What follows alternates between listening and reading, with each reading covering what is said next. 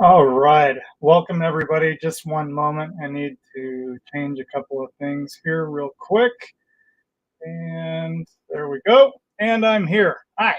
This is Kalan with Y Club Models on behalf of HobbyLink International. This is the HobbyLink International end of the month group builds live stream. And if you are interested in joining me this evening, you can. You'll be up on screen if you'd like. Otherwise, you can just hang out and chat. But if you're working on a group build or just build in general, and you want to kind of hang out and give me somebody to chat with back and forth while I'm painting, because tonight's going to be a lot of primering, which isn't a lot of fun.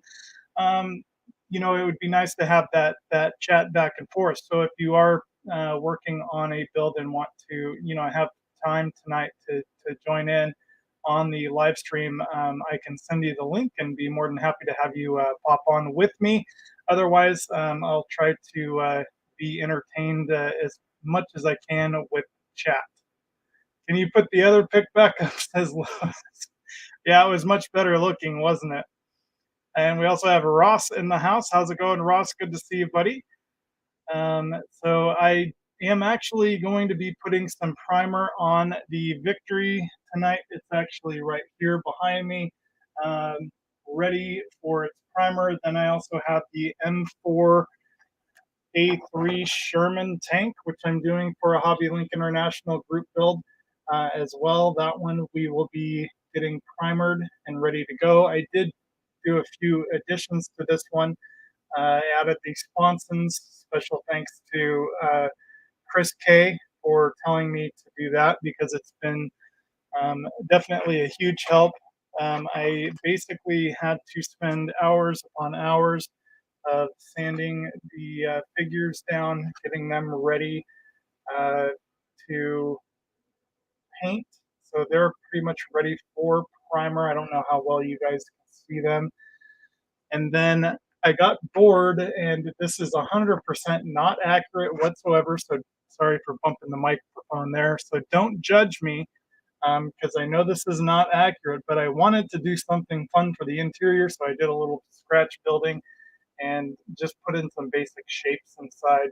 I also weighed this down with some BBs, and then I put a new subfloor in to kind of weigh it down a bit and give it some weight. Uh, and then added some seats and some levers, things like that. Just some basic shapes to make it look interesting. So, Chris, this is not accurate. I wasn't going for accuracy. I was just nobody's going to see inside but me. I just wanted to play around with some scratch building. So, but yeah. So thanks a lot, Chris, for telling me about the sponsons and to get those installed because they made a huge difference. So we'll be priming that tonight, as well as Mr. Spock. Sorry, I keep hitting the mic. We also do have the notorious Chris K in the house. Number one fan is here. Hi, Chris. How's it going? Good to see you, buddy. And thank you for joining me tonight. And we also have Dominic in the house. How's it going, Dominic? Thanks for stopping in. And again, if anybody wants to join in on the video and be part of it so that I have somebody to talk to while I'm painting, that would be great. Also somebody to help kind of keep along with chat because I'm going to be over in the spray booth, which means I won't be following chat as closely as I normally do. So again, this is a HobbyLink International group builds live stream. So if you're building something for the HobbyLink International group builds, more than welcome to join in. Or if you're just building something for fun or just something's on your bench and you want to be part of the stream, please do. Let me know and I'll send you the link and you can join in on the video. So let's see, where is Chris is sniffing new plastic, and I happen to know what one of which you might be sniffing, which is the Tacom. I always forget the name. Something class frigate, Saxon class frigate. That's right. Hopefully that showed up. That's a nice one. Lewis was asking when's the group build finished? So, Lewis, you and I have special circumstances, especially for the Victory. Technically, it's supposed to be finished by the end of December. However, I may or may not be done by then, and I know you won't be unless you really want to start attacking it. The Victory is just I'm not going to put any um, faith in the fact that I'm going to have it done by the end of the year. So most likely, uh, I'm just going to say I'll probably have it finished sometime next year, and you're more than welcome to do that too. Kenny says it still counts in his books just as long as we get it finished. Just because the tall ships, he understands they do take a long time, and in most cases, hopefully, if we ever do another ship group build, we're just going to make it 2 years rather than just a year, just because of the amount of time it takes to work on the ships and stuff. Because they do take up quite a bit of time. The other thing I'll be working on, I haven't. He's not ready for paint. This is Mr. Spock from the AMT Mr. Spock kit. Thank you very much, Bob Bruce, for giving me this last year for my Secret Santa on HobbyLink International. Mr. Spock's body still needs some work to it. I did manage to get a hold of JT Graphics, and I don't know when he'll get it in the mail, but I did order the new head that will be much better looking for that. The big thing I'm going to be doing tonight is the base. I have the base basically all ready for paint. It kind of gets washed out on the camera there. I apologize for that. And I've gotten everything done that I really need to. Um, Sorry, it is so washed out here. Right there is good. So I filled in any gaps. I've kind of cleaned everything up. The tree I had to add in to fill in a seam there, and I filled in any injection mold marks on the tree. I was going to take time to light these up. I don't know if I will. I may still try to do that or get some light behind it, just to make them pop a little bit. I don't know. We'll see. And then for Christmas, I was thinking I could decorate the little tree for with those little tiny micro LEDs or something, which would be kind of fun. Anyways, this is ready at least for primer, and this will take some time to paint. I'm really excited and looking forward to getting some paint on this, and this is something I can do in the living room while I'm healing up, and can spend some time um, painting it and making it just look the way that I really, really want. So with the Sherman. Oh, and one last thing. This is, I was hoping, and I tried so hard to get this ready for paint tonight. It won't get primer on it this evening. I'll have to put primer on it later this week. I had to do some filler in some spots because I'm an idiot and decided to go ahead and scribe these door panels again. This is the new body, by the way. The other body that I messed up is out in the living room. This is the new body that Paul DiMattaso had sent me, and really grateful for that as well. But this one is turning out much better. I've cleaned up all the door pillars, everything that needed some work done to it. Um, the scribing actually turned out really well. I just had a few mistakes, but I am using the Mr. Surfacer 500 to fix those little scratches that I made, and very, very excited to get that sanded down. It's still drying. I literally just had put that on about half an hour ago, and that's why I was a little bit late. I'm not going to have time to prime it tonight, but we'll get there. So this will be primed this week, I'm hoping. So I just wanted to show you kind of where I'm at with that one, and head back to chat here real quick. Chris is saying that his Saxon class frigate is not coming until Wednesday. That's too bad. I was really excited because I was supposed to have some lights from lighthouse.com or lighthouseleds.com show up on Saturday. Well, the post office is closed on Saturday and it's supposed to go to my P.O. box. Well, the post office decided they wanted me to go in and pick them up, so I can't pick them up until Monday. So no playing around with LEDs for me this weekend. So I guess maybe we'll do that next weekend or something and spend some time working with the LEDs, and hopefully I don't blow a bunch of them. And so let's see. Lewis is saying if we do another ship group build, I'm choosing our kits. Yes, please do. Please do. You, sir, I have the 1350 hood, and I have the 1350 Blucher as well as the 1350 San Francisco. So if you want to do a 1350 scale, like a proper scale, and do an actual decent kit, then of course I leave that entirely up to you, buddy. You'll pick a better kit than the Revell HMS Victory. Chris was saying that he says I bought the Tamiya M40, nice, for the 2023 Korean group build. I purchased the metal barrel. The barrel is as long as the Sherman chassis you are working on. Holy cow, I believe it. I actually got the metal barrel for my M4 A3, which I got this. I don't know. It was on Sprue Brothers. I saw it and was like, heck, I'm just gonna splurge and get it. It wasn't that expensive, maybe like $8. And this is the 7 because mine's the 7 millimeter, and so I got the 7 millimeter main gun with the mantlet.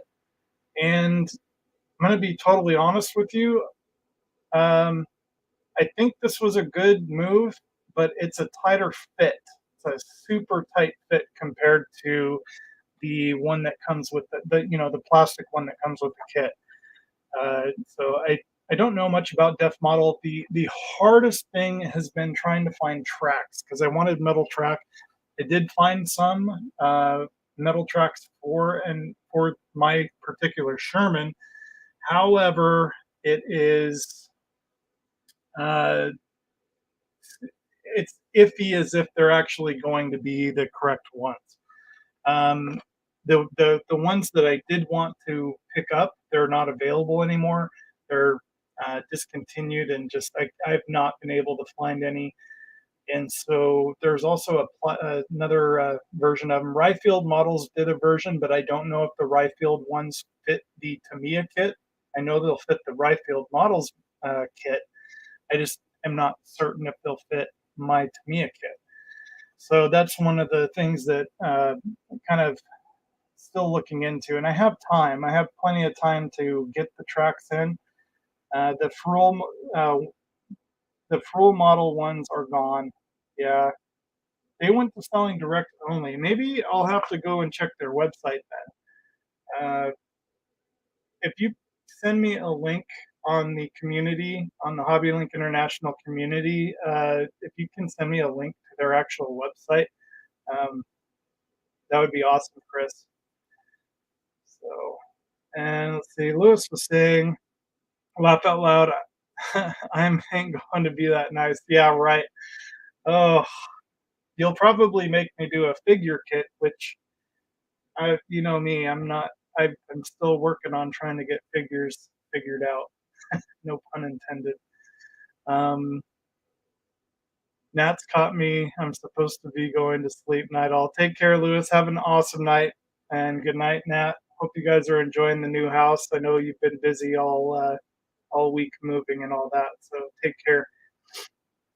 So I think without further ado, we can head over to the paint booth. I pretty much have most everything set up. We've got a lot of paint to put on.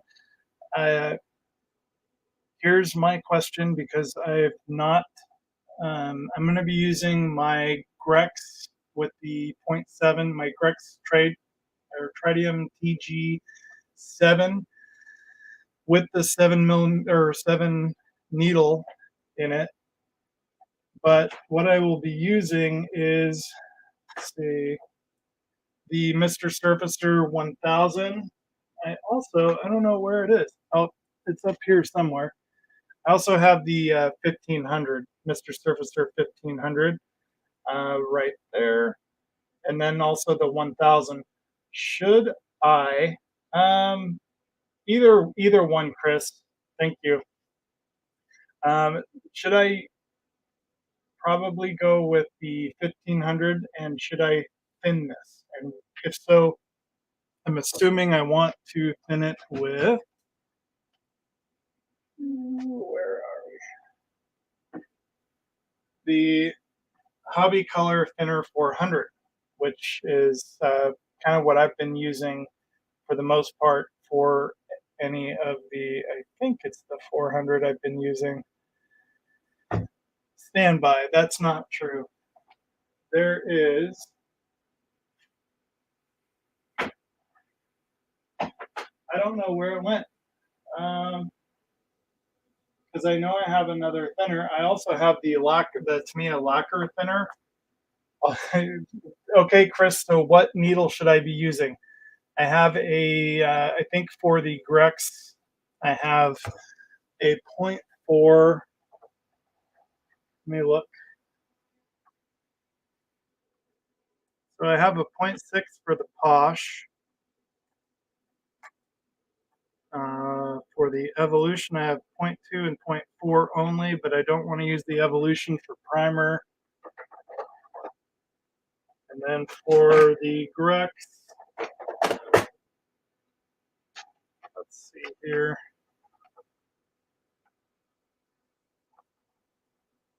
I have a .5, a .3, and a .7 needle. So those are my options, Chris.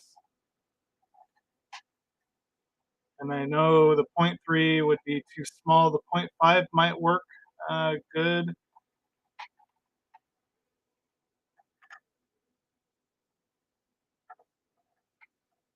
I mean, that's kind of what I've been doing with the use 3 for most things. 5 is the largest I have, and I use that for Mr. Surfacer.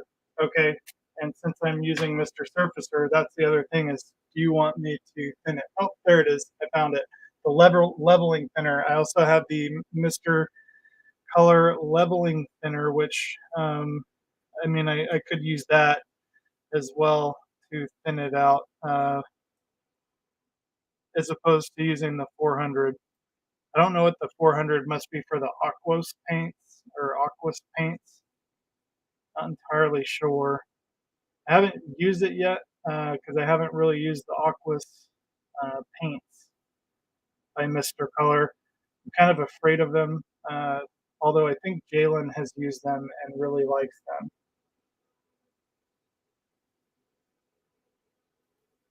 And Alex, hi, Alex, how's it going? Good to see you, buddy. I hope you're doing well.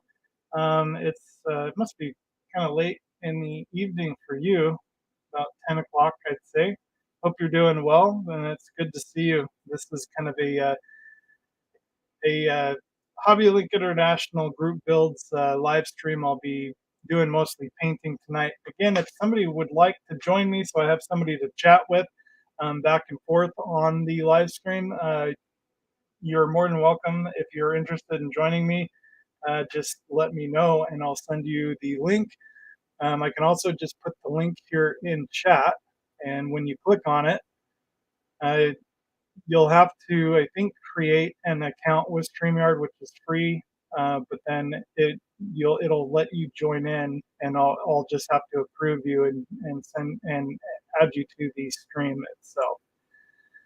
So if you're interested, just click on that link, and it will let me know. Trying to fix my little things here so that just to have my needles organized. So you sand after you prime? Yes, sometimes, most times I do. It just depends on what I do. Sometimes I don't have to sand, but a lot of times I do just because of the primers I've been using in the past. That was part of the reason I kind of went away from the uh, Badger, the Badger primer, because it's so hard to sand. It's so smooth, you almost don't need to sand it. But these are my options. Let me reach around the microphone here.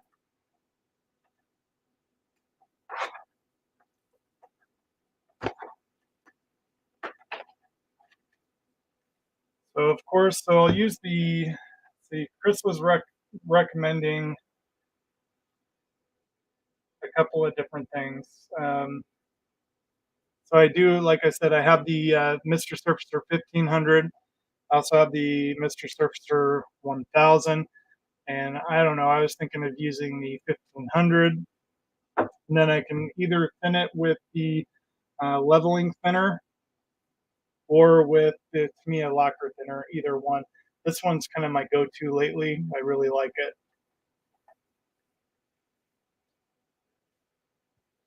Put these in the paint booth. And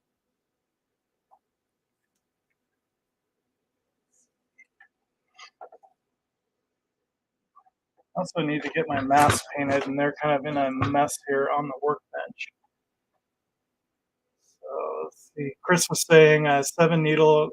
You are used to spraying with a fire hose. That's true. I do spray a lot of stuff with a fire hose. I use 3 for most things. 5 is the largest I have, and use that for Mr. Surfacer. Um, Alex was saying, yeah, around 10-20 here in the UK. Right on. Well, thank you so much for joining me, Alex. It's good to see you, buddy. I haven't talked to you in a long time. Chris K was saying, so you sand after you prime, and or do you? And then use the regular thinner and save the self leveling for the paint. Perfect. So I'll use the regular thinner, which is the 400. I could also use Tamiya, I assume, because it's going to do the same thing, the Tamiya lacquer thinner. Alex is saying the model kit collection is growing behind with um, plenty to keep me going. Yes, indeed. Got a lot of fun stuff to do coming down the road, including some wooden kits, which is cool. Let's see. 1500 and regular Mr. Surface thinner. Perfect. And then I'll shoot it with the 0.5 needle. Sounds like a plan to me. So I'll get all of that set up over at the work booth, and we'll start painting. So, assuming nobody wants to join in. Basically, the reason why it's nice to have somebody else join in is because then they can kind of keep an eye on chat and talk and work on something that they're working on. Lewis is usually that guy, but he's got to go to bed, understandably. So yeah, if somebody's interested in helping me out, that's cool. If not, that's cool as well. I'll just kind of be over at the paint booth talking to myself. So, which is typical. So, anyhow, I'm gonna get all of this stuff ready to go.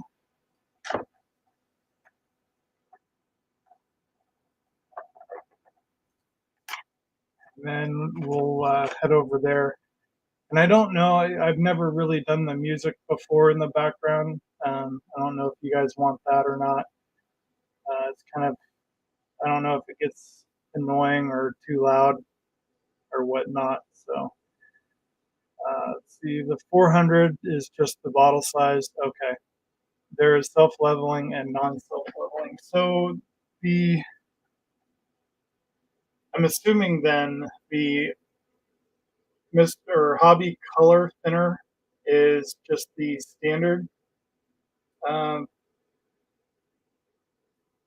I don't know. It says it's got water and organic solvent in it. So I'm assuming this is more or less for like the acrylics and not necessarily for the other ones.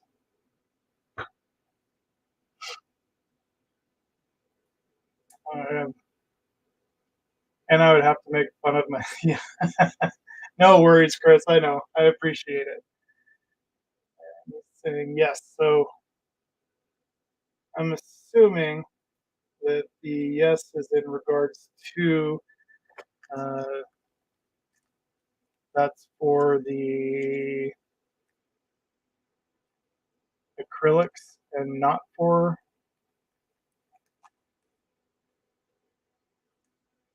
Let me look at my. I gotcha. Yeah, no worries, buddy. Thank you. So I've got everything basically out of here. Let's see that we will need. I don't know why this is in a separate baggie. The way that Grex does things is a little different than.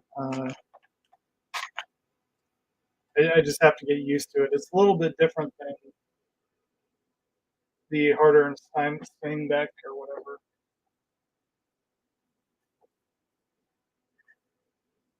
I really do love that Grex spray brush or airbrush though. It's really nice.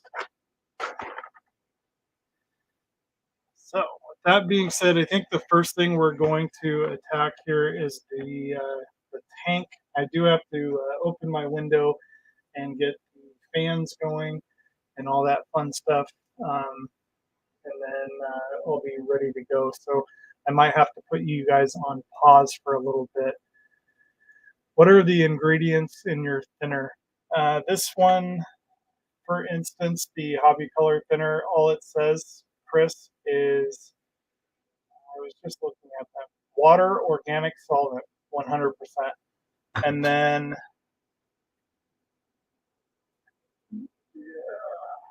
the Tamiya lacquer thinner contains isopropyl alcohol, butyl acetate, and ethyl glycol monobutyl ether or ether. So I'm assuming this one I should be okay to go ahead and mix this with the Mr. Color, Mr. Surfacer or 1500, just because I'm pretty sure I've seen other people do it. Uh, Otherwise, I have the surfacing or the Mr. Color leveling, which I understand what you're saying about the leveling. This one, the ingredients, if I can find them,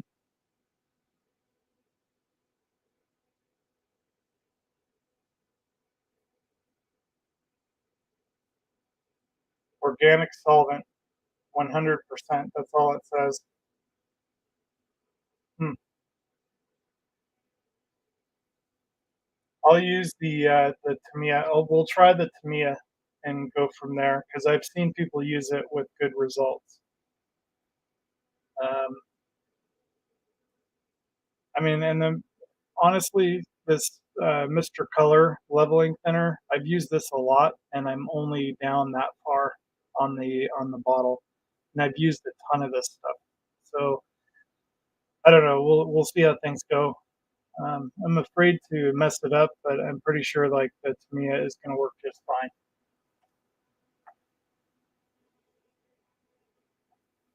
So what I'll do is we'll head over to the paint booth. I'll have to put you on pause for just a moment while I flip things over. We'll get started on painting the M4A3 Sherman and then work on Mr. Spock's little base here. And then we are also going to attempt to, depending on how I feel after all this and how the airbrush is flowing and all that, try to get some primer onto the actual Victory hull as well. And like I said, we will not be doing any primer or paint on the body for the GTO just yet because I need to do some more sanding. I can already see those lines coming back, but I think when I go to sand all that off, it'll be at the right level and shouldn't have anything showing there. So it's just going to take some more work because I decided to describe it like I said I wasn't going to. With that being said, I'm going to put you guys on pause for just one moment, and I will be right back. I'll open the window, get everything set up, and then we'll head over to that. But you guys can, in the meantime, oh, is this just a picture? Assuming that's just a picture. Yeah, I was hoping it was a video, but it's not. That's my house when I have it decorated. It should be happening soon. In the meantime, you can look at my spray gunner discount card, and I'll play some music in the background for you.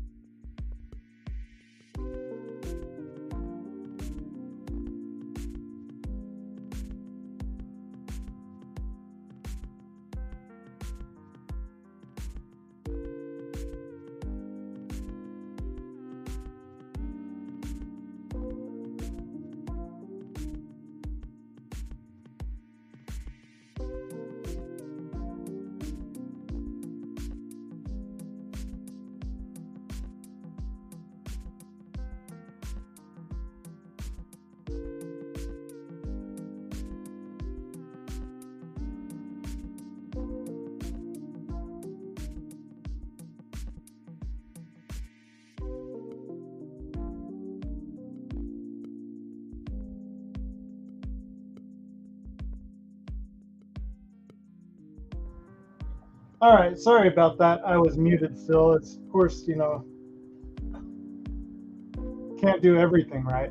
So this is basically the setup. Let me know if the background music is annoying or if you can't hear me that well over the background music, and I'll turn it off. Basically, I think you guys are good. You should be able to see everything okay. And I'm going to basically, this is kind of where I airbrush, so hopefully you guys can see that. And I will come over here, and I still have a couple of things to get set up, but let me know in chat if the music's okay or if I should just take it away, and we'll get started on painting here momentarily.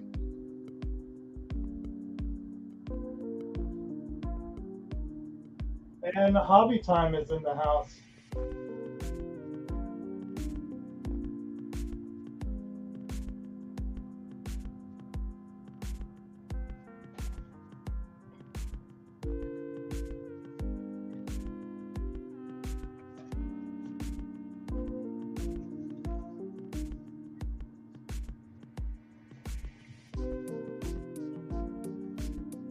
All right, the music's fine. Thank you.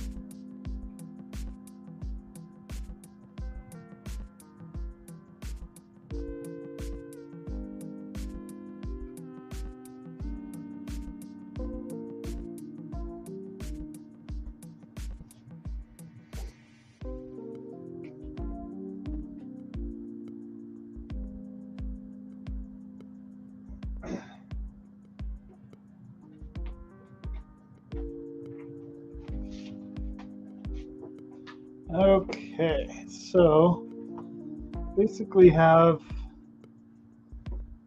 everything over here now.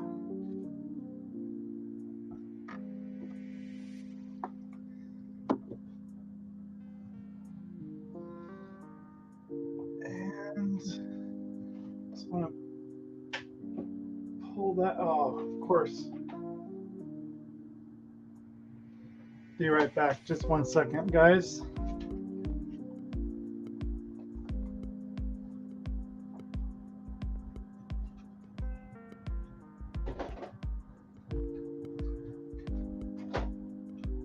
Like I said, I wasn't totally prepared.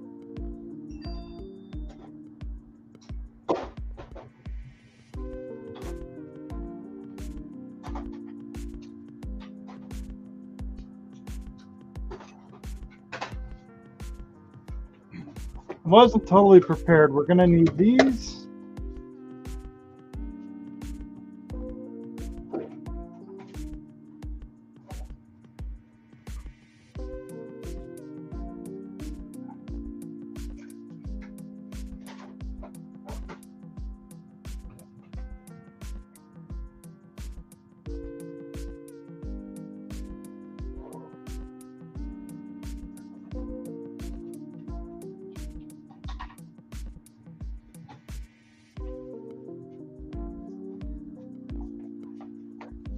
As well as some things, include these. So there we go. Now we're ready. Oh my gosh. Sorry, guys. I try. I'm really trying. I need help. Let's see, Chris is saying, unprepared and forgetting to turn the mic on, just like Kenny. That's right. This wouldn't be a HobbyLink International stream if everything went exactly as planned, right? So,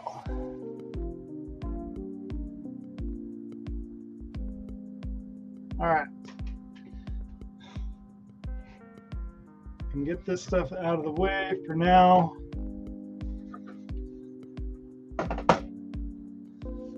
And Mr. Leveling Thinner out of the way. And we'll be going with the 1500. That. All right. So, nice thing I like about the Grex is, and I don't have my air on just yet, but because it's going to make some noise, which is annoying. And then, knowing that I like this up here out of the way.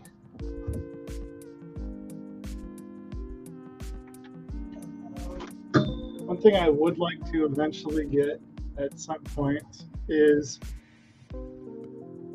something to blow everything off with, like one of those little adapters that you can just blow parts off with and stuff. That would be super nice. But one of the things I really like about this Grex is how easy it is to change things out. So here, this is right now set up with a 0.7 needle. And I guess you could say that about a lot of different airbrushes.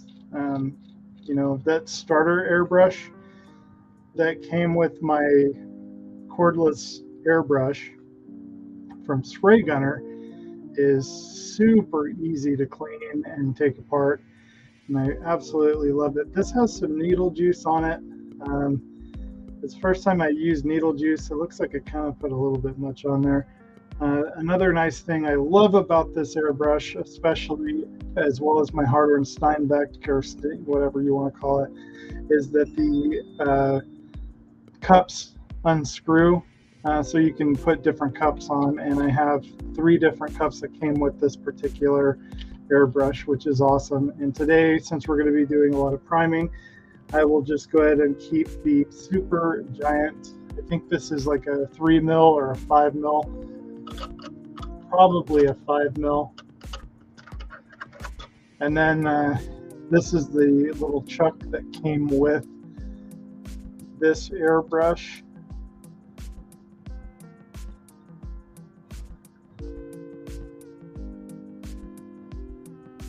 Problem is, now I don't have a tube for the 0.7 or a little baggie. So I think what I'll do is have one for the 0.3 and the 0.5. So what we'll do here is, I wish there was a way I could put a thing on here to slide back and forth. Gosh, I don't know what to do. And I didn't make up a little bag for that, but I do have an idea. I'll be right back. Again.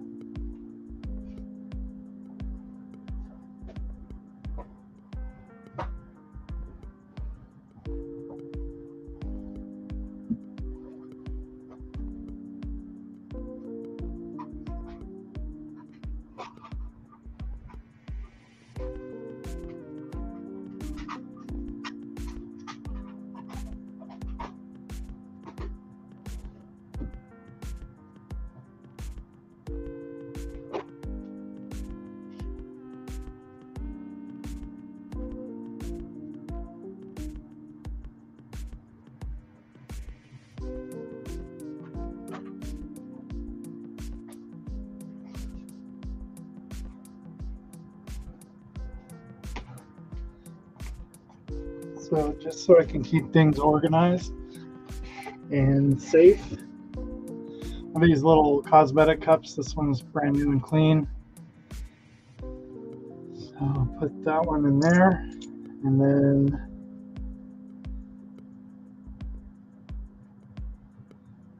see if I can still close the lid with that. I doubt it. Nope. But that's what the baggie's for, so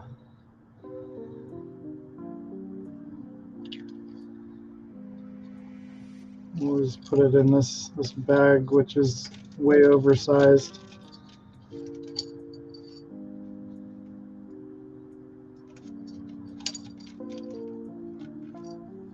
And now we've got a place for that. And gosh, I don't know what to. I'm just gonna carefully put that in there.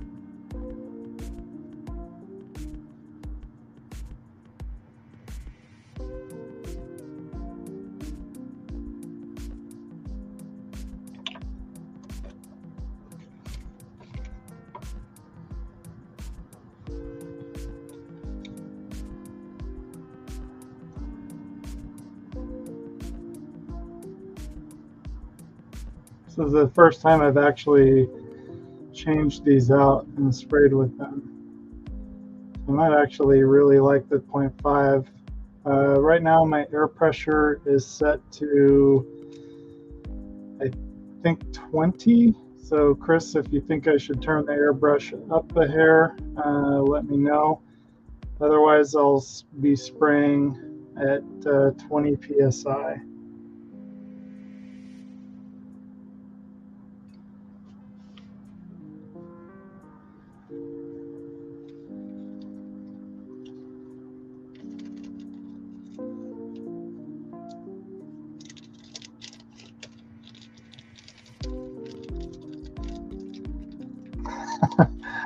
Chris was saying too organized, just throw things in a bench. Yeah. In a drawer. If I did that, I would spend half my time looking for stuff, and that's why I try to be a bit organized, because otherwise, yeah, I'd just spend half my time looking for stuff.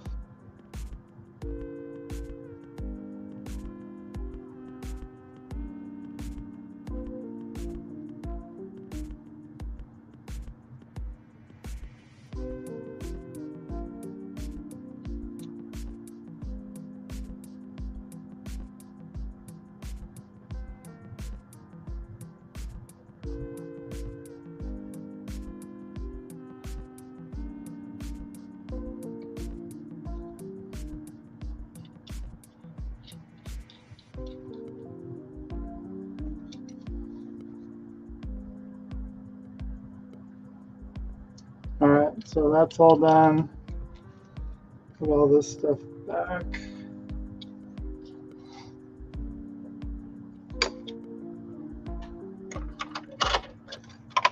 Now we're ready to get to work. I think close. What should I mix it at, Chris? Let's see. Well, I run a bit more air when priming, but I have a valve on the airbrush. Yeah, I have a valve on mine too. Maybe I'll turn up the air pressure then.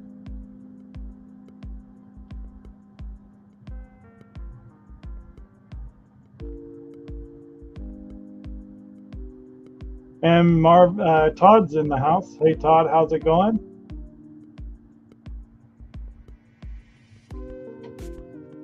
So I'm going to reach behind here and turn up the air pressure. That's what I love about these quick releases too.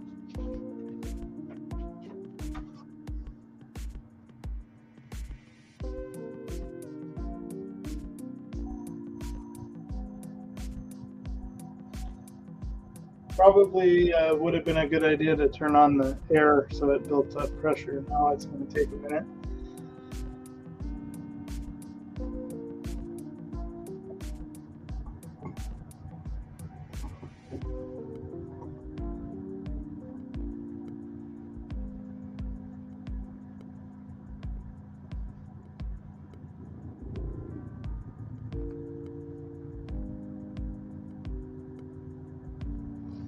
So it looks like my air pressure may be about 25.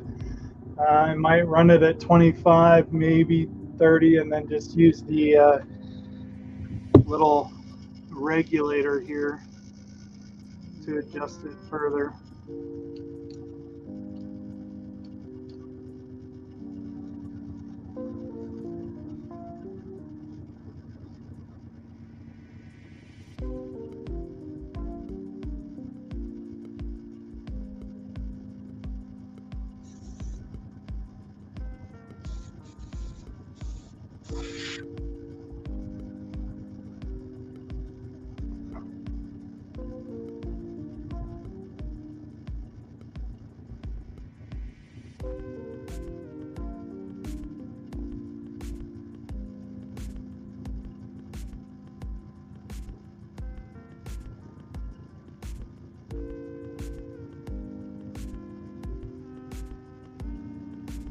All right. So I have the air pressure adjusted to 25, maybe 26 psi. And I think that will be pretty good.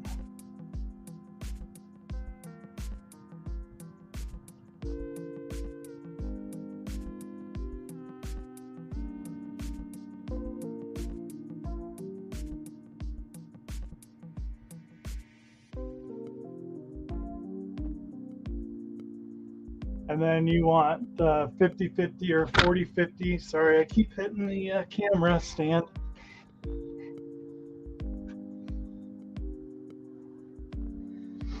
So I'm going to give this a good shake. And one thing too is, so I made, one of the things I like to use are these, well, they're supposed to be stainless. These are supposed to be stainless steel nuts. Well, the last set that I got, they're not stainless. I should have double checked the package. They're not stainless, and so my Aquos paint is rusting. The nut's rusting inside, so I have to throw out that entire bottle because I screwed that up big time. Just, it makes me a little upset, but you know, what are you gonna do? It is what it is. I'm gonna grab an extra couple of cups here.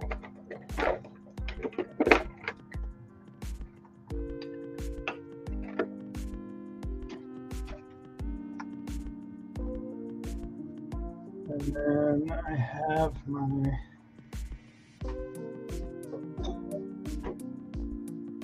droppers. Always getting dog hair on everything, I'm telling you.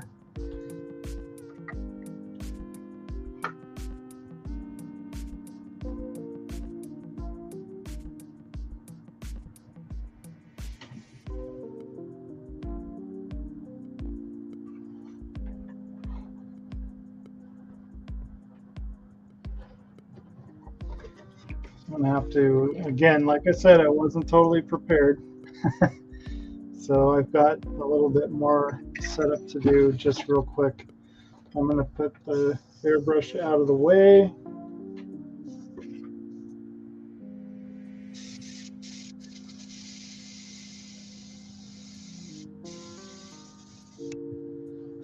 As I blow dust in the air.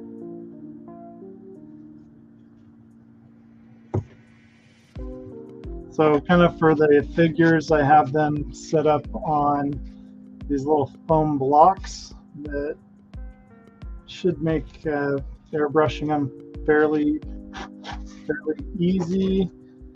So those are good to go. And what I did was I drilled holes in the bottom, and then just cut, like I have it right here. I have this for $1.99. You get like 4 of these 0.032 music wire, and so I snipped those off, stuck them down into the feet, or the base, I guess you would say, and then now I have a place to secure these guys for when I'm going to be painting them. So that was, I'm pretty sure I stole that idea from somebody, because there's a lot of people out there that are smarter than me. So like Mr. Chris K, for instance. And again, so this is just for me. This isn't for anything else. I know this is totally inaccurate, 100% inaccurate, but the seats actually I sort of made off of what the Sherman tank seats looked like. And then I have the controls here that I added. Everything else is just, I just threw it in there to add some character to it. You won't be seeing any of this anyway. I also weighed it down with BBs, filled the bottom with BBs, and then put in a subfloor just to hide those. I just wanted some, you're never going to see it, but I wanted something I was bored and wanted something fun to do. And then the sponsons or Chris K's very intelligent idea for me to install those. I'm so glad he told me to do that. And I have to, in order to put everything together, I'll have to kind of twist it in there. But I've tried it. It works out, and very happy with how everything looks. And then once all of this is together, I'll be gluing this part of the sponsons to this part of the actual hub, I guess you call it. Got all of the equipment added on. Tried to do as minimal sanding to this as possible. I didn't want to take away some of the detail because it's almost as if Tamiya just got it right, especially here on the turret where they added that kind of cast look to it. The rest of it, not so much, but you're going to, all that will come in when you're detailing it and painting it. I wanted a couple of these open, a couple of them closed.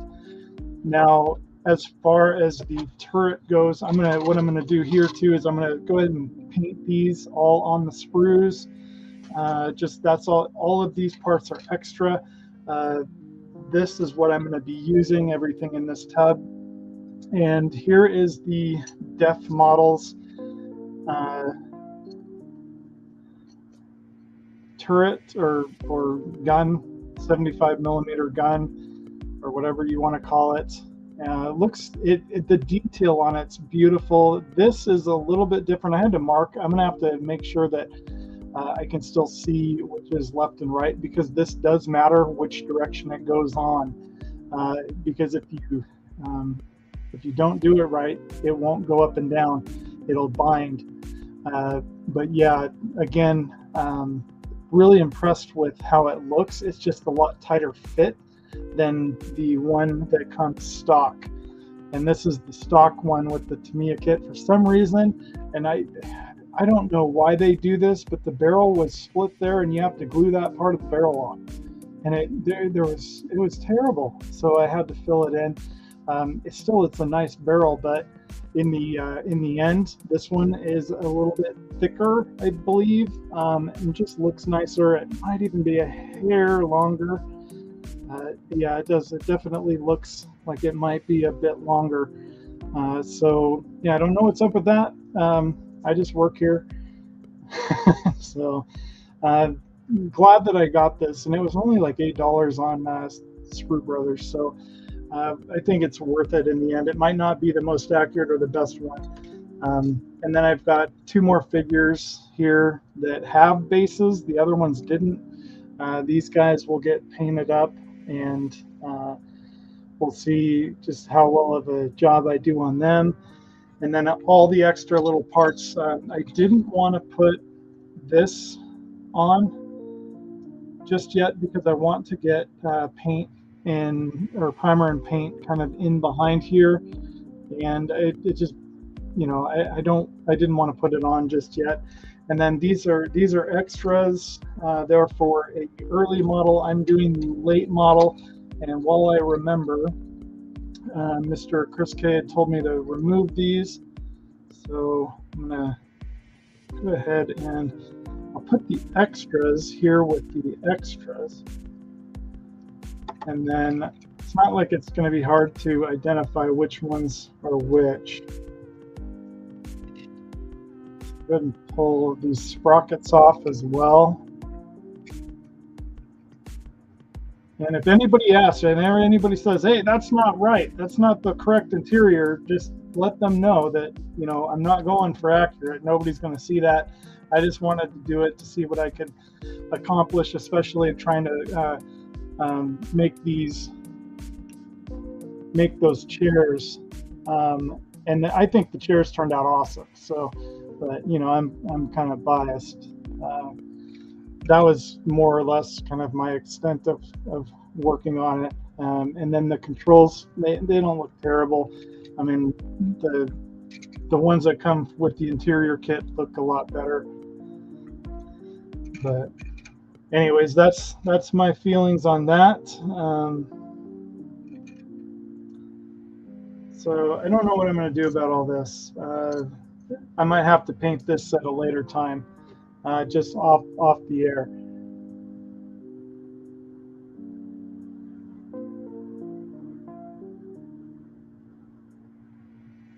And we've got Kenny from HobbyLink International. What's up? Joining us. Hey, Kenny. So glad you were able to pop in. I know it's getting late there. Sorry I wasn't able to do this yesterday. Just had the lighting of the tree and all that with the fire department and some other things going on. So Jack Parker's also popped in. Good to see you, Jack.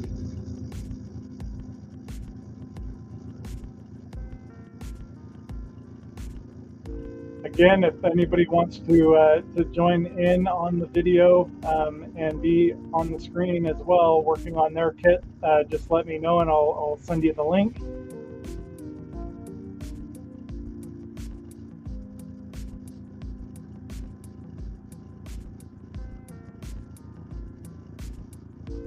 I don't know if I'm going to give you any motivation, Jack. Don't copy what I do. But yeah, I'm gonna do my best, buddy. So thanks for stopping in. What I might have to do with these is actually get some tape and some sticks. So if you guys want to watch that, just let me know and we'll start working on that. But in the meantime, I'm gonna go ahead and start throwing some paint because I think we're at a place where I can do that, and I'm fairly happy with everything right now. So I'm going to have to do those in a couple of different parts, I believe.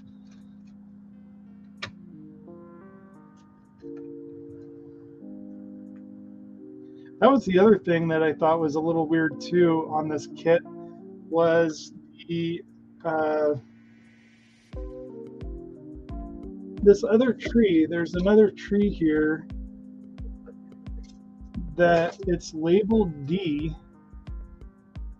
but I had to put an H on it because it's actually H on the sheet. So it's got a D there, but it's not D, it's actually H. So I had to relabel it, which I thought was interesting.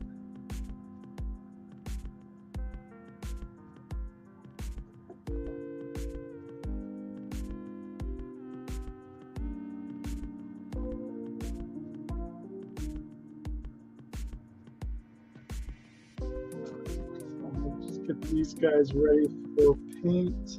Again, these are just the extra parts. More or less just doing this just to get some paint on them. I have to get you out of the way. Actually, yeah, you can go out of the way.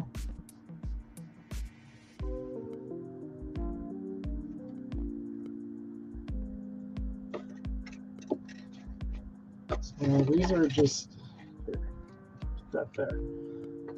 A little discombobulated.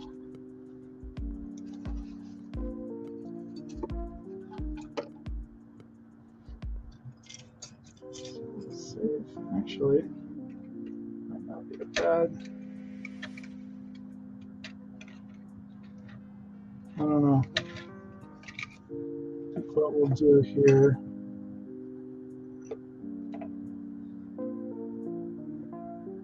is get these guys onto those. And I may actually end up using these. I'm not entirely sure. They might have to go on the kit at some point. So, like I said, we'll just throw some primer on it to have it primered up in case we do need them.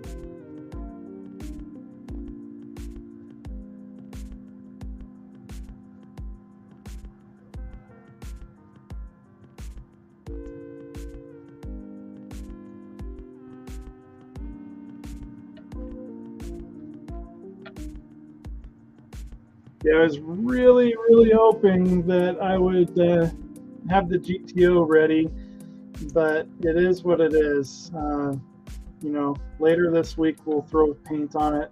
Maybe even tomorrow, if I'm able to do a live stream tomorrow, we'll see. I don't know if I'm going to do Monday copy with Kalan yet or not. So I'll be getting back to you guys in the morning on that one. We'll just see how things go. So that is all set and ready. Go back and take a look at chat here real quick. So with the American armor, when it arrived in England and Europe, they repainted it and they just hosed the thing down with OD green, or with OD, along with anything that was mounted to it. Those sections of track are up armor for the front plate. They should be on there for sure. Okay, perfect.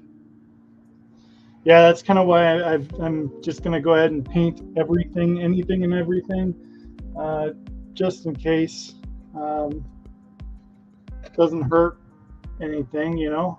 So, and this doodad, I think I got to paint the interior, but I think what I'll do is we'll just use that.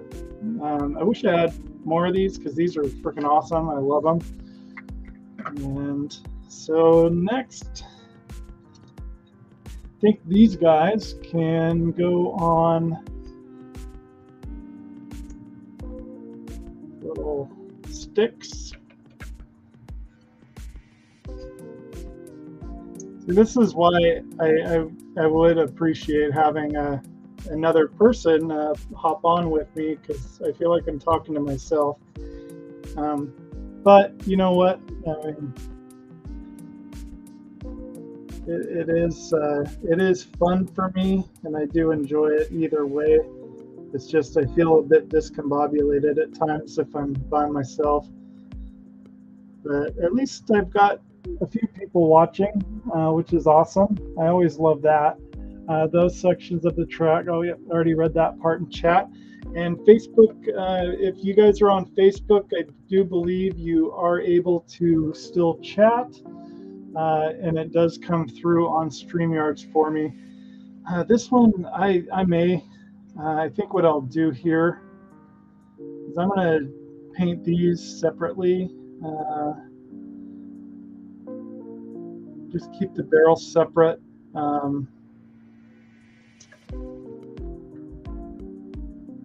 If I am able to actually get clipped onto it.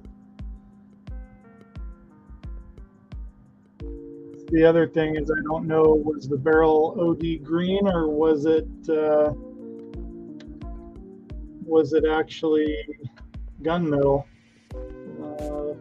It's hard to tell because a lot of the pictures that I've seen they're actually in black and white, and so it makes it a little bit difficult to really see how they actually are. This one I need a double. There we go. That is good. I like that. Perfect. Look at that. They actually made some sticks that are carved out a little bit. And then we do have some doubles here. I thought I had made some double sticks like this guy, where it's double pointed is what I'm trying to say.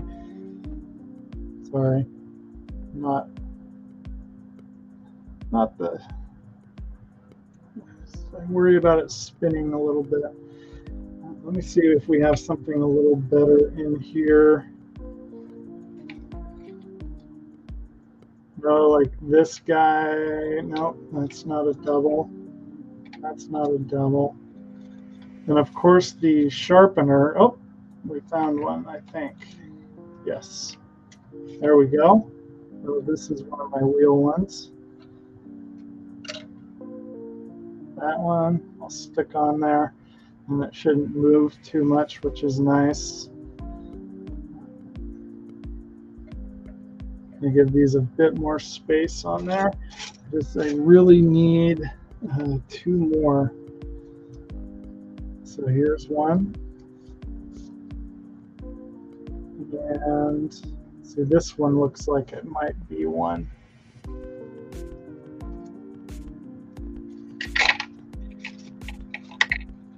So these ones work really well for the wheels just because they're they're not too pointy.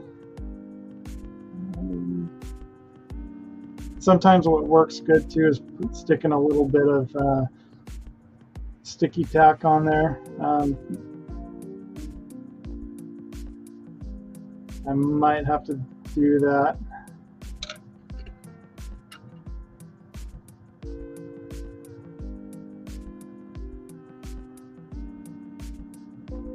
So let's see, the sticky tack is way over there.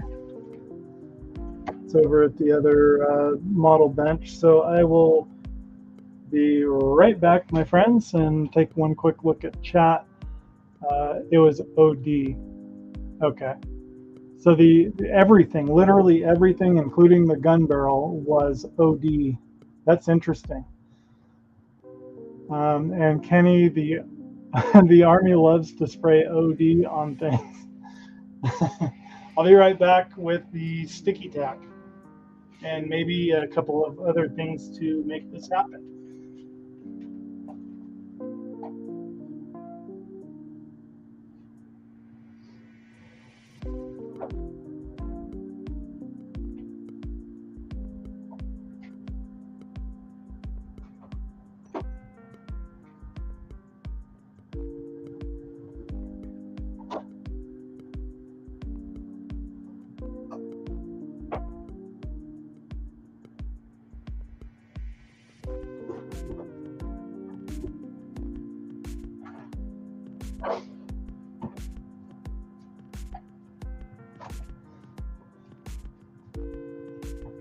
All right. So see, this is all stuff I should have had ready and prepared, but again, like I said, I've been busy trying to get everything else all set up and ready for you guys. And so so that I would actually have something to primer. So I appreciate your patience with me. And I think we'll use the blue, which is one of my favorites. I have blue and gray. There really isn't much difference between the two as far as I can tell. The gray isn't supposed to leave like a mark on your wall when you remove it, but I honestly haven't noticed any huge difference. So take a tiny little bit of this, and then I'll slap it on the wheel. And then we'll just stick that in there. And that should be good enough to hold it for painting.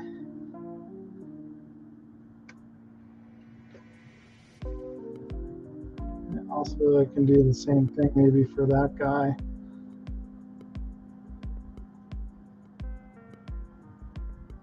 So I almost, Sprue Brothers has, I think it was either Sprue Brothers or Cultman TV has the M4A3 or the M3 Sherman tanks, the books for them with pictures on sale. And I almost bought one, but for this model, I'm not going to really worry about it. So it is on sale for the holidays. If you're interested in picking one up, go pick one up. It's like $8. It might be worth grabbing one. I don't know, but I don't know if I'll ever build another Sherman. I might. We'll see.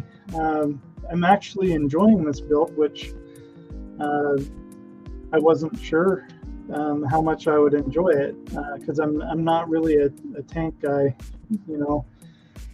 It's like last week when I said I'm not much of a Star Wars fan, if at all. But that being said, I might enjoy it if I watch it.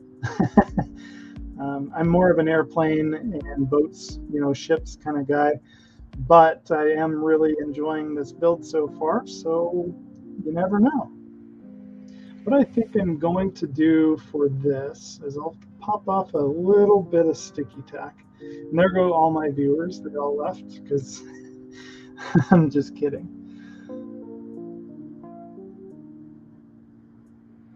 So this is actually the outside. Your you're not going to see this very much. So I think what I'll do is I will thin this down. And this might not work, and I might bite myself in the foot by trying to do this. Hopefully you can see what I'm doing. Because I'm worried if I do it like this, it's going to come flying off when I'm trying to paint it.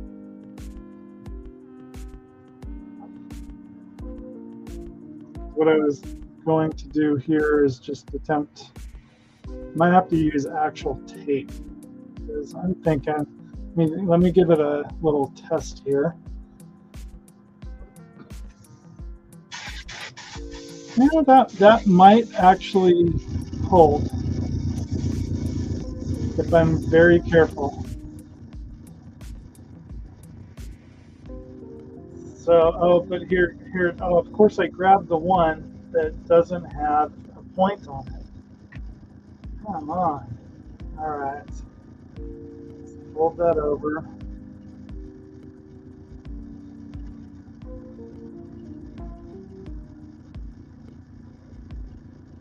Actually, this is the part that sticks down. I have a better idea, my friends.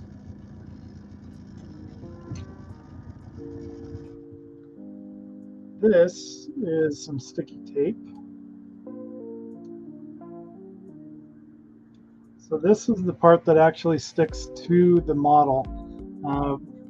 Right here, those 3 tabs. So what I'm going to do is just put a tiny bit of sticky tape on them, because I can always sand this off. The trick is getting the sticky tape to comply.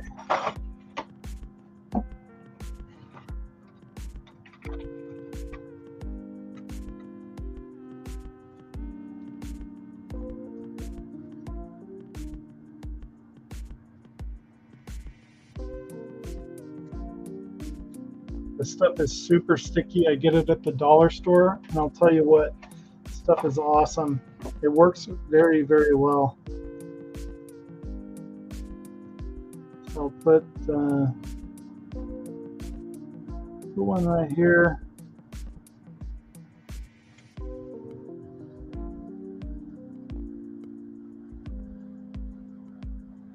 I use this to burnish it down without damaging anything, hopefully.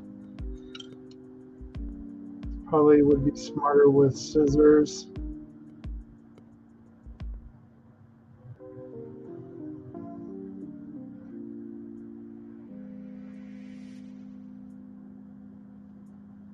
So these are the little fiddly things that I do that nobody wants to see. So I apologize for not having it prepared for you.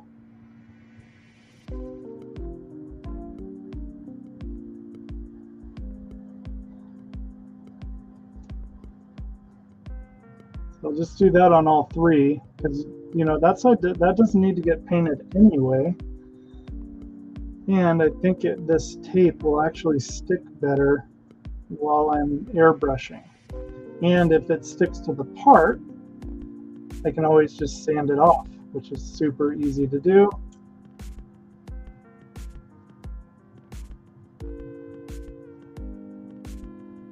Just carefully.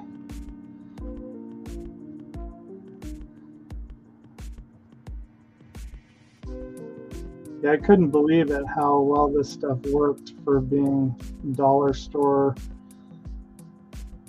sticky tack, I'm good with that. Don't mess with it. It ain't broken.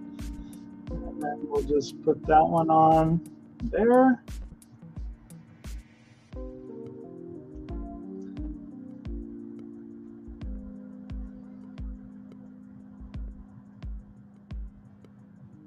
And, one of these years I might actually get to starting to work on my wooden kits. I'm really eager to actually get started on those. So hopefully this year that might actually happen. We'll see.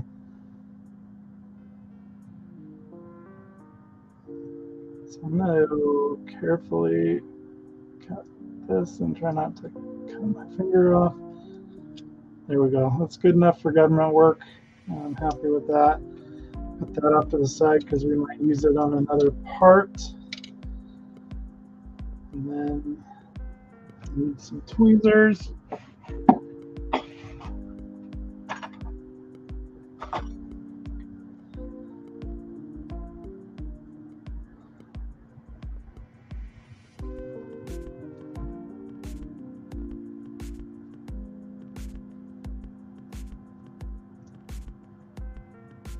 All right, that's good. That looks good.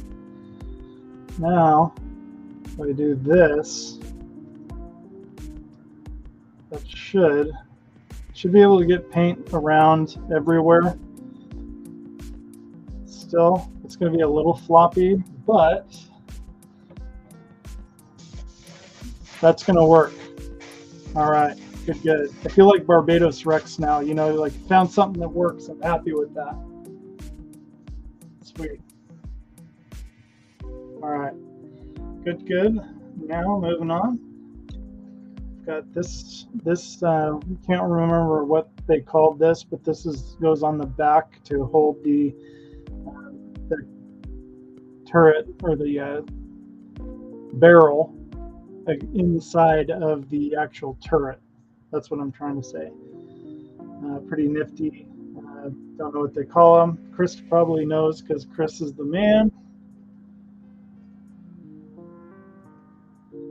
So what I'll do, that one just bam, super simple.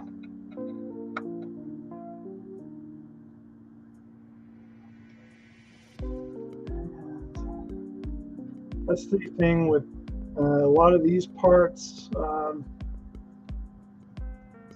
Okay, let's come back to this. I don't know what I'm going to do with this. So I think the best thing would be to just stick a bunch of stuff down. Let me get this out of the way. And I've got this is Gorilla Tape, which is the double-sided sticky tape, which is super sticky too, and I'm afraid I've never actually attempted this. I also got some masking tape, which is probably a better option. Let me look at chat real quick and see. Linda is in the house. Hi, Linda. Good to see you. Sorry you're late. Don't worry about that, Linda. It's all right. I'm just kind of doing a quick, well, it's not a quick, a painting live stream on my parts for my group builds for HobbyLinkInternational. So thanks so much for popping in. See, there was a ton of Sherman variants. Yeah, there were a ton of variants, Chris. So like you could probably build 100 of different variants. So I might build one down the road. You never know. I do have a Tiger and a Challenger too I need to build. So Chris is saying, ask Kenny, the Army loves to spray OD on things. And Chris is saying, yeah, in the field, they sprayed the tools, extra armor, jerry cans, whatever was on it at the time, all got OD. So all the dirt and everything, yeah.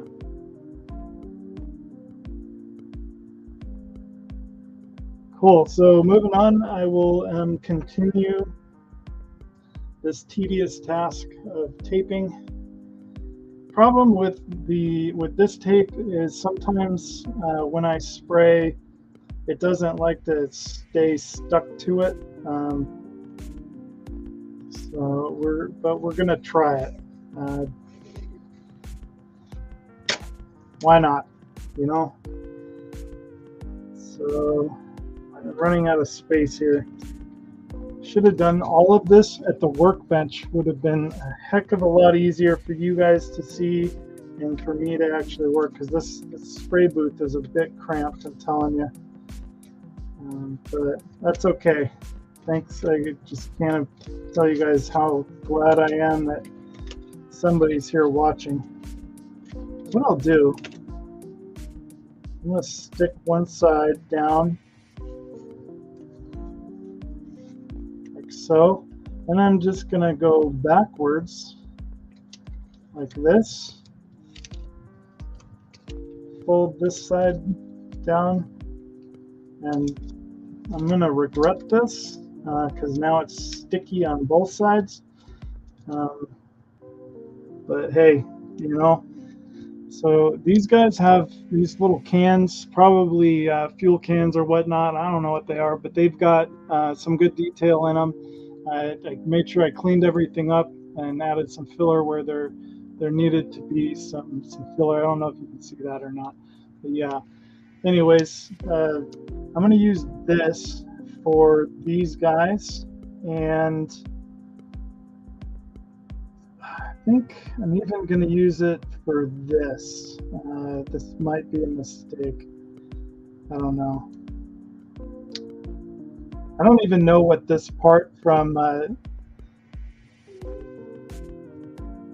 what was it, Def Models? I don't even know what they're made out of. It could be resin. I don't know. So there's a couple of those guys, and then loads and loads of these, which, well, there's two of these, but then these other things, these other cans, it's going to be the problem. I think if I space them far enough apart like that, I should be okay. So I'll do another one of these there. And then, oh, the gas cans. I love these gas cans. So I'll make another one of these up. Look at these gas cans. Let's see if you can see that. Oh, there we go. Let's try this again. Boom. Yeah, it says gas on them. Some of them say D for diesel, I believe. That is so weird. Why is it? I don't know. There we go. I don't know. Can you see that? There we go. Look at that. And there were 3 or 4 different parts you had to put together to make that. So pretty impressed with that. I thought that was kind of cool. So I'm like I said, these tank kits, not used to them. So those of you that build tanks every day, I mean, it's probably just you're used to this kind of stuff. But you know, for a kit to have certain details in it, it's pretty impressive to me. Because some kits are just so, I'm used to a lot of those kits that are just so basic, you know, because I've built a lot of them. But nothing wrong with basic. Just see, and now I'm just blabbing, blah blah blah. This is why I need help, Kenny. I need somebody to come in and help me. And then I just realized I can do this all on the same side here. And then I don't have a sticky backside. So I just figured that out on my own. Can you believe that? Gosh, I should have been an engineer. These are the ones that are going to be tricky. I'm going to have to do 2 different coats of paint on them because they are basically a wood grain all the way around. You probably can't see that, but yeah, just a wood grain all the way around. I think what I'll do is let's put one there. Let me see if you can see some of that detail in there. Probably not, but, you know, can't say I didn't try. So whatever. There we go. Look. Nope. Oh, nope. Didn't want you to see it. I don't know how to do this, guys. Sorry. Probably giving somebody a seizure out there. Just maybe look for the best side and then stick it down on the uglier side just in case I don't come back and repaint them. Let's see, this one looks better this way.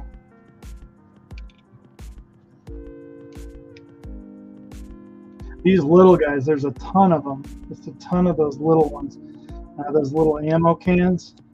But the nice thing about the ammo cans was the bottom is actually the bottom.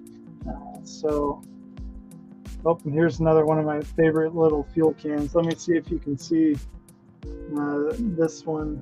It's got a little G on it for gasoline, and then it says US. Just absolutely incredible. The nice detail that Tamiya put in to some of these parts, and then others not as much detail, but that is what it is. Now those I'll think about. These guys I can start. These are the ammo cans, and again, the bottoms don't really matter if they get paint on them or not. So there's two different sizes of ammo cans too. So let's see if you can see that. That's the bigger one, and then that's the smaller one. See, I don't know if it's hard for me to tell if you can actually see that. So whatever, it is what it is. So put a few more of these on this one, and then make another little stick.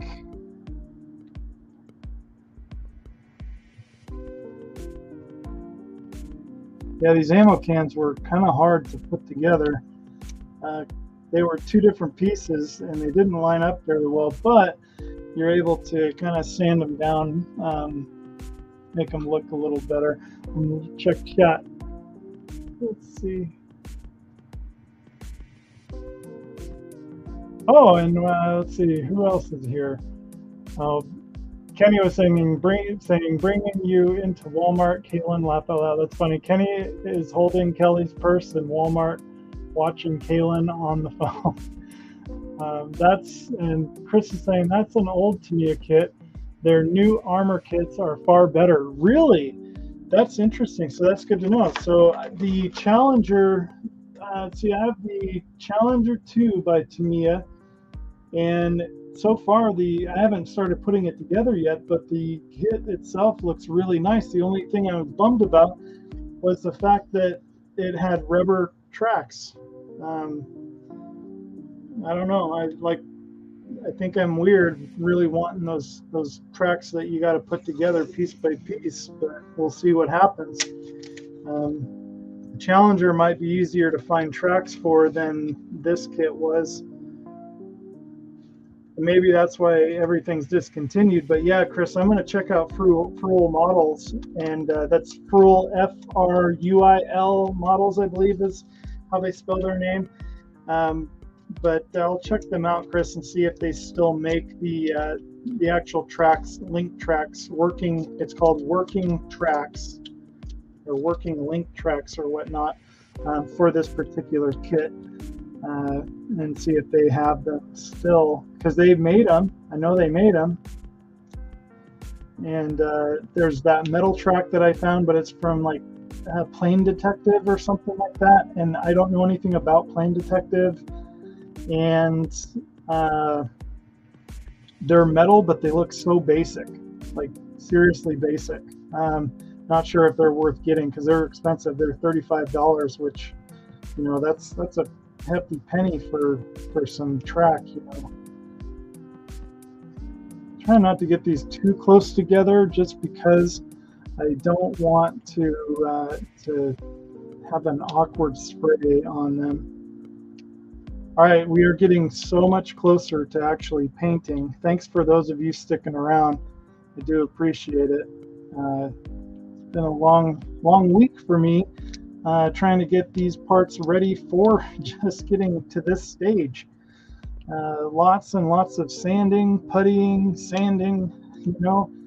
Mr. Spock, I finally was able to get JT Graphics on the phone and ordered the part for the head for Mr. Spock. So I was very excited to actually get to work on Mr. Spock's base and on his body. I still have a lot of sanding and filing I have to do to make Mr. Spock's body look good, but we are closer.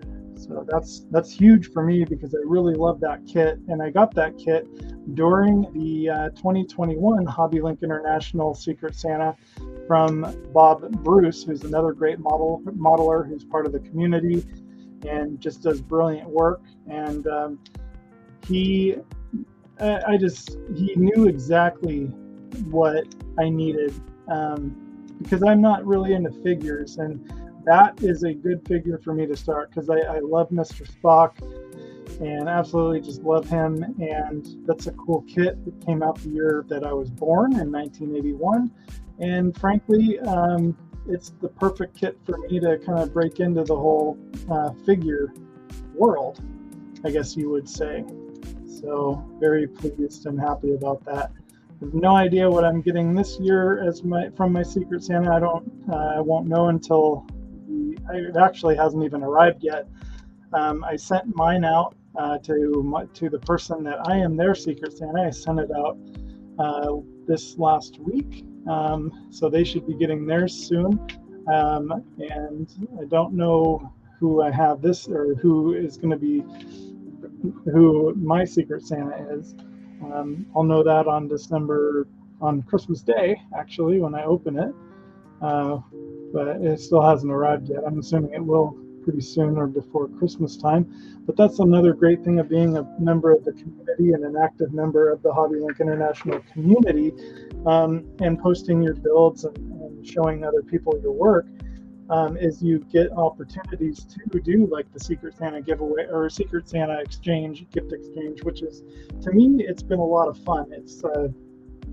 It's not something I was expecting when I joined the community, and it's just been a blast.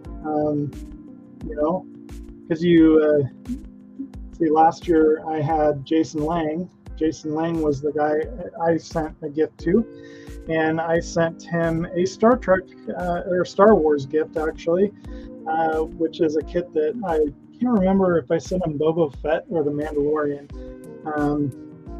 but really he actually enjoyed it. He's a huge Star Trek fan, so and he built it. I got to watch him build it and see the final product of something that I sent him. So that was really cool. Now I'm just rambling. Chris is saying Fruel still makes them. Do your tracks have cleats or rubber blocks? Stand by, Chris. I will let you know in just a second. Fruel are the best, and yes, they have that. Okay, hold on, because I have the tracks right here, buddy. It'll just take a moment. I'm concentrating on this little dude. Just stab that in there, and that's a helmet. If you didn't know, kind of a cool little helmet. And the tracks are right here, Chris. So I believe you would call those cleats. I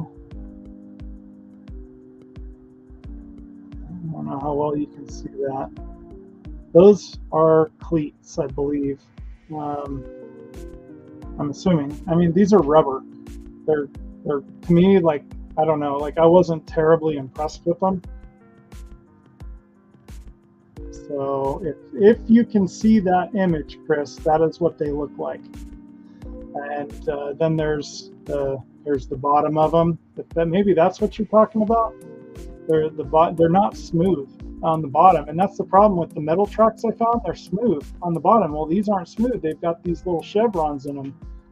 So that's kind of where I'm at. So Chris might have already answered. Other side, the part that touches the ground. Got it. So I did. Cool. So hopefully, yeah, that's what you're talking about. And then we've got another helmet here.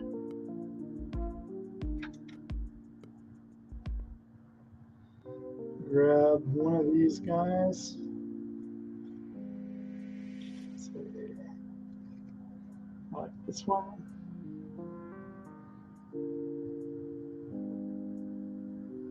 Usually that sticks fairly well.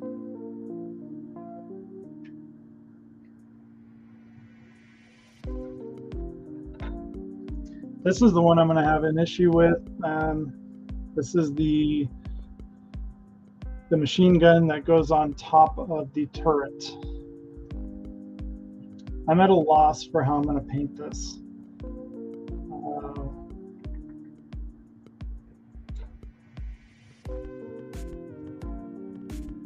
I'm wondering if maybe if I tape off the barrel and just prime that and paint it later.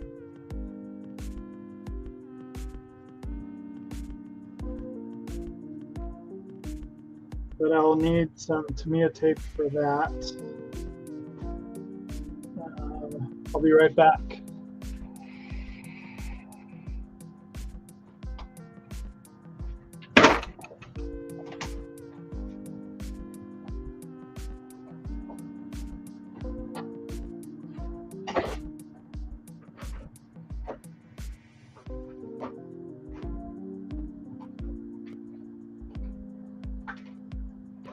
See, Chris, I'll read those in just 1 second. I'm back, I think. So Chris was saying that those are cleated, which is nice. It's good to know. So he says those are cleated off-road. I will send you the link on Discord. Thank you so much, Chris. And on Discord, what Chris is talking about is the HobbyLink International Discord. If you're not a member of that, you should head over and check it out. But it helps if you're a member of the actual HobbyLink International community, and then you will get accepted onto the Discord. So it's kind of up to the admin if you can be a part of the Discord if you're not a member of the community. But I recommend becoming a member of the community either way. It doesn't cost you anything. It's absolutely free, and you get to see people's work. You can ask questions. You can learn different things. Like I learn a lot of different things, and I ask a lot of stupid questions on there because I don't know everything there is to know about modeling. And people like Chris, who's in the chat right now, as well as Alex Builds and people like that, I learn a lot from them. And so, and Kenny as well. So that's the thing. And I'm starting this whole LED thing, and Spencer, who is also one of the admin at HobbyLink International, kind of is a genius when it comes to lighting. So there you go. You kind of get a little bit of everybody in the community, and you can learn some things as you go. Let's see. Oh, Kenny got the honeydew shopping list. Yes, he did. Chris is saying that 50 cal machine was the only thing not painted OD. They actually removed it when painting. That would make a lot of sense because you don't want to put a lot of paint gumming up all the parts. Did you glue the machine gun onto its mount? I did not. It is actually, let me show you, Chris. So here's the actual mount for it right there, and it snaps in there. I have an idea, actually. It snaps in there, and you can move it up and down barely. And by barely, I mean it moves like up and down, just like maybe like a millimeter, not a whole lot. I didn't want to paint it in there, just because I wanted to get better access to everything. If you think I should just go ahead, mount it, glue it, and then paint it, that's not a bad idea. I'm not opposed to that. I just thought it would be easier to paint everything with it off. But there is another one. It came with two mounts. It came with a late model mount and an early model mount, which to me, they look absolutely the same. What I could do is actually put this into this extra mount and use this to hold on to and paint with. That's an option. Not sure if you can see all of this. So that's always an option right there. So I don't know. Paint it all or paint it off. Okay, I'm happy with that. And then he was also saying, then you are good. The only thing you have to hand paint is the ammo can and its holder. Hold the ammo can because you have to paint it a different color than the gun anyway. Okay, fair enough. That works for me. So what I'll do is I'll take my Tamiya. It's funny because I was watching Will Pattinson, and he's an interesting guy. I really, you either like him or you don't. But anyways, Will, I was watching. I haven't watched his videos in a while, and I was watching one the other night. I think it was yesterday or the day before, and I can't remember what he was calling it, Tamiya or something like that. But yeah, it's always funny because people pronounce things, you know, differently. Kind of like Kenny pronounces Vallejo like Vallejo or Vallejo or something. I can't remember. Kenny calls it something different, and I call it Vallejo. But Kenny's probably right the way he says it. I don't know. I have no idea. I just have been calling it Vallejo because that's how I always thought it was pronounced. But you never know.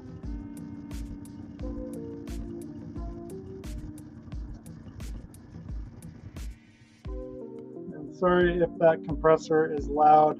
It rattles the entire booth, the entire paint booth. So what I'll do is just close that end off, and we'll clip it off with the little clippy doodad. And problem solved. So we worked that one out together. Very nice. This is why we pay Chris the big bucks.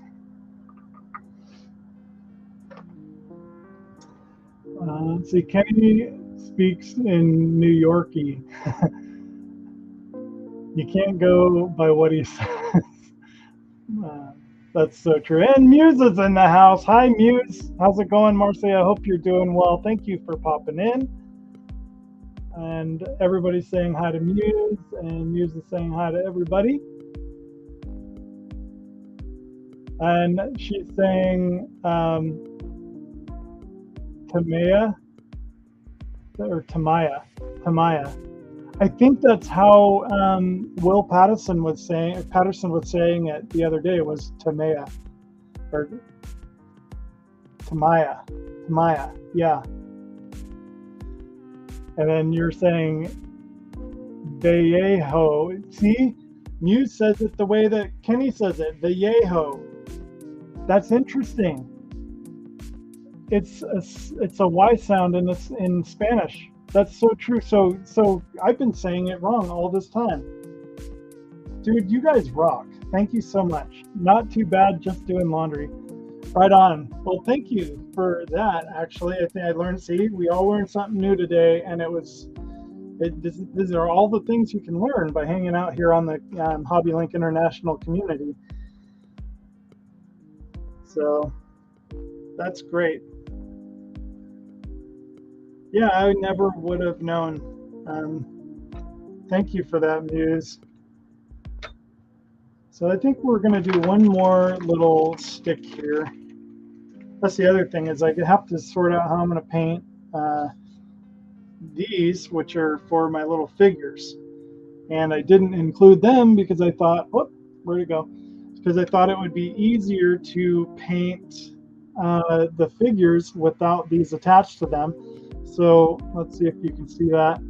No, maybe.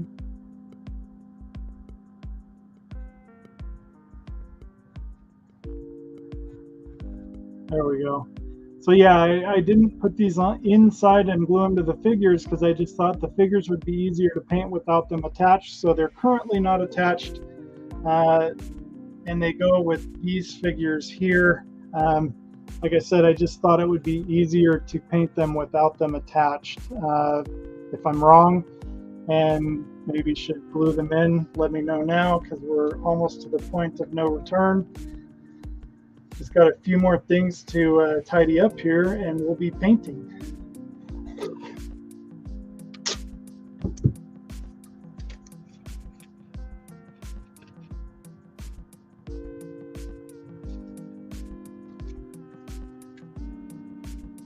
Chris says Tamiya. That's what I say, Tamiya.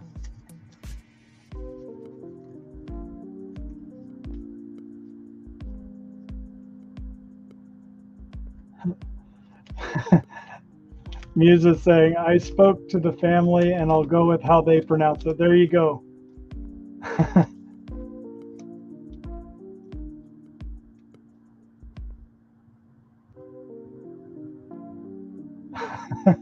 Now, 112 minutes of painting prep. There we go. That's right. No painting yet, just prepping.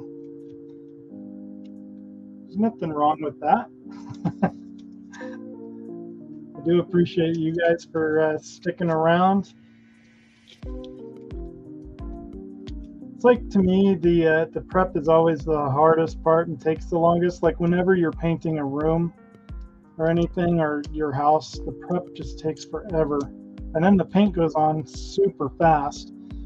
You know, it's like prepping Thanksgiving dinner too. I mean, you spend hours and hours prepping it and making it, and then it's gone and over with in less than 20 minutes sometimes.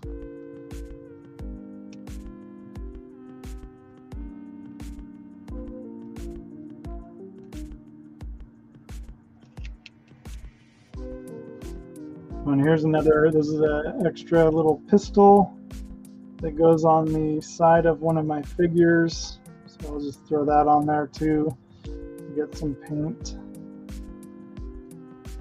I didn't really clean these tracks up very much. They're extras. I have some already mounted to the front of the tank. Imagine I'm probably going to get censored somehow by YouTube for saying the GUN so many times. It is what it is.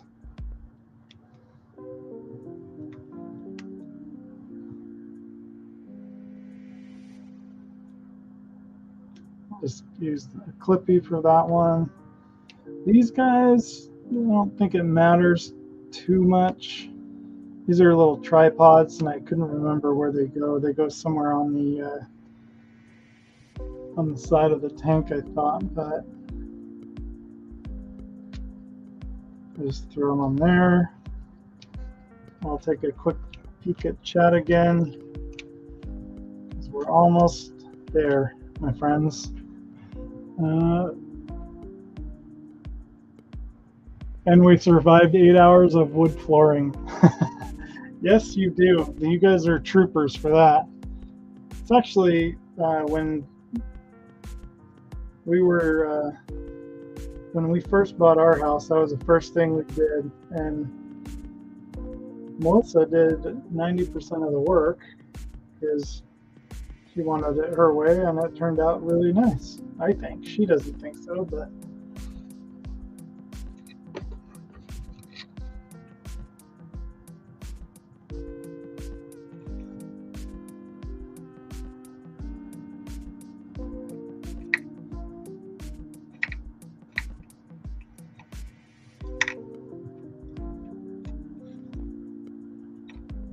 all out of double pointed ones. What I do have are toothpicks.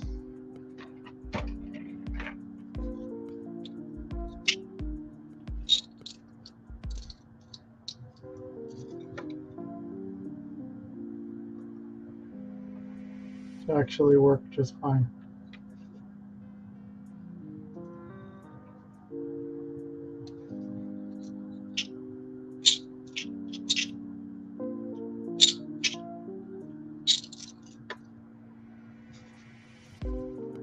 always forget toothpicks are almost just the right size. Sorry, I was off camera there.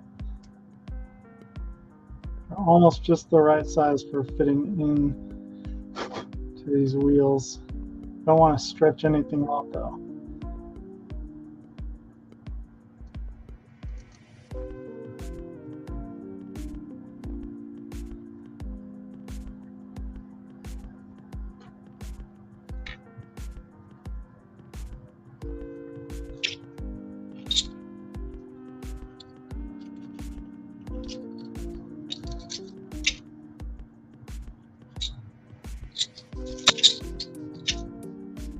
I have two different kinds of toothpick. There's the kind that are true cocktail sticks that have a blunt end on them. And those are the ones that work best for going in here. So I'll take a little bit of my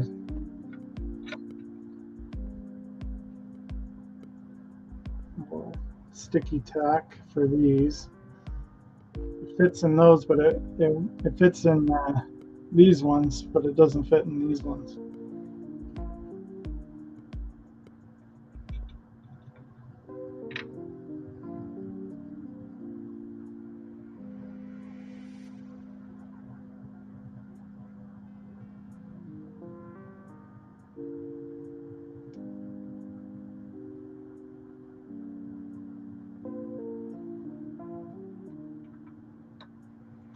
Just need a little bit more sticky tack.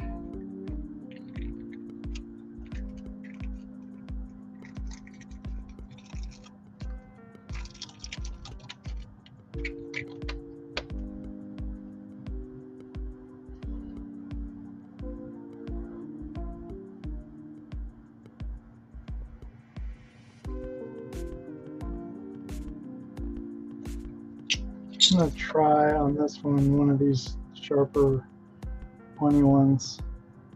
That seems to work all right. I'll do that. There we go. We're getting closer. I think we're actually at a place where I can paint this tank.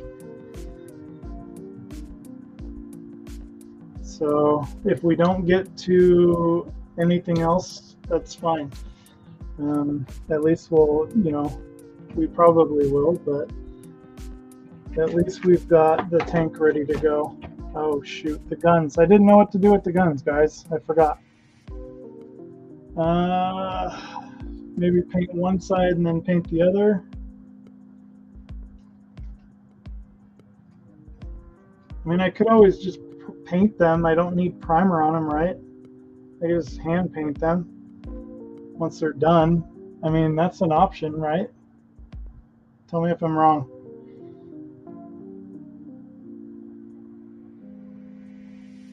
I don't know why my mind is so set that everything has to have primer on it. It totally could be wrong.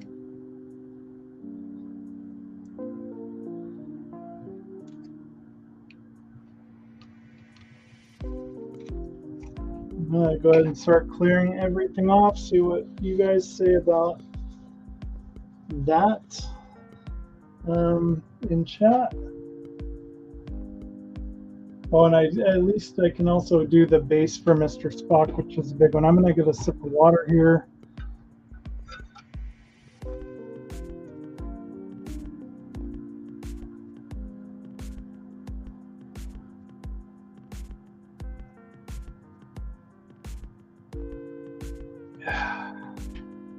Good stuff, Maynard. A ton of extra things over here. Just go ahead and put those in here for now.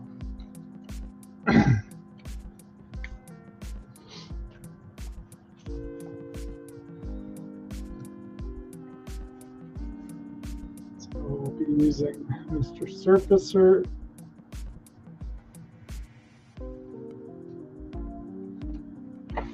And I'll go ahead and put my tools away that I don't need.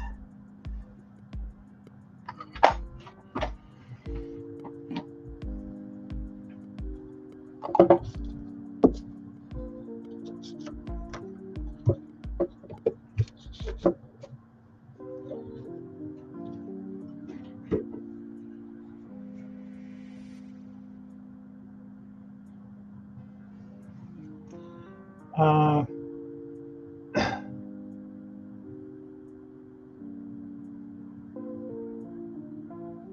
okay, thanks, Muse. I'll just paint them without primer.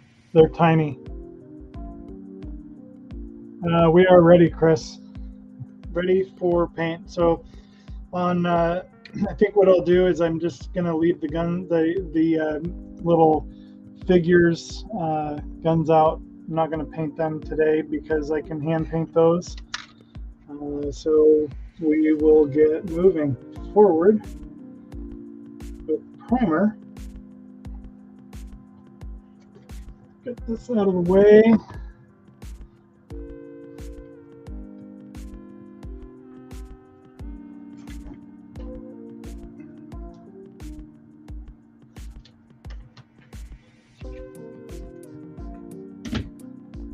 And the tracks, I'm kind of at a loss as how I'm gonna take them on. I think what I'll do is I'll just paint them in the box, which doesn't sound like a bad idea.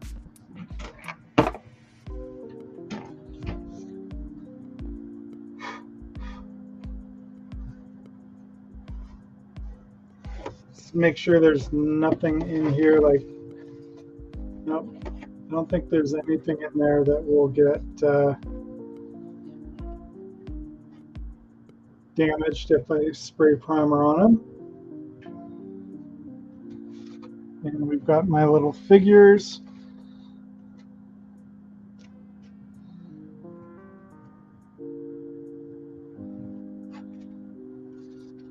And what I'll do is I'll just do very thin coats. I'm going to grab my trash can.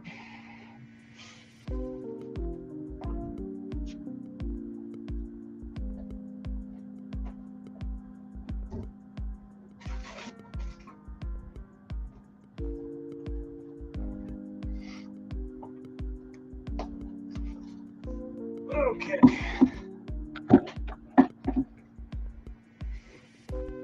Finally got everything here and ready to go.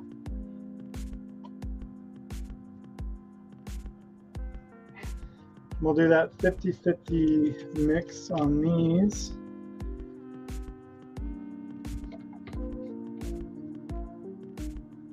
Do a quick shake again.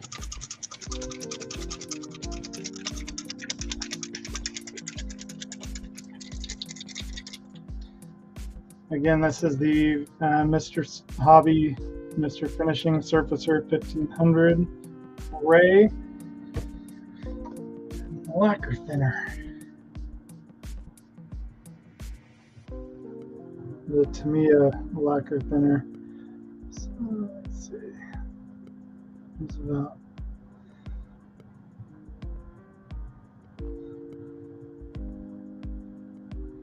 3 milliliters.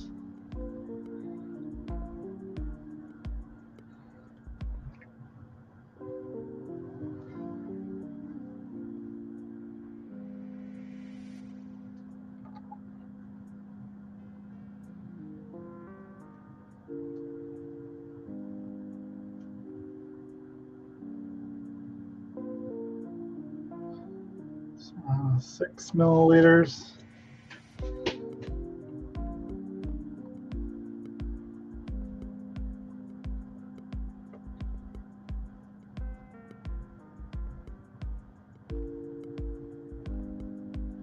Always remember to put your cap on because this stuff evaporates very quickly.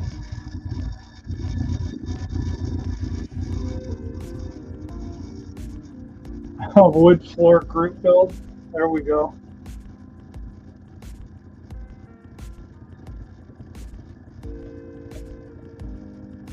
All right, I think Kenny's floors are done. Ours are done.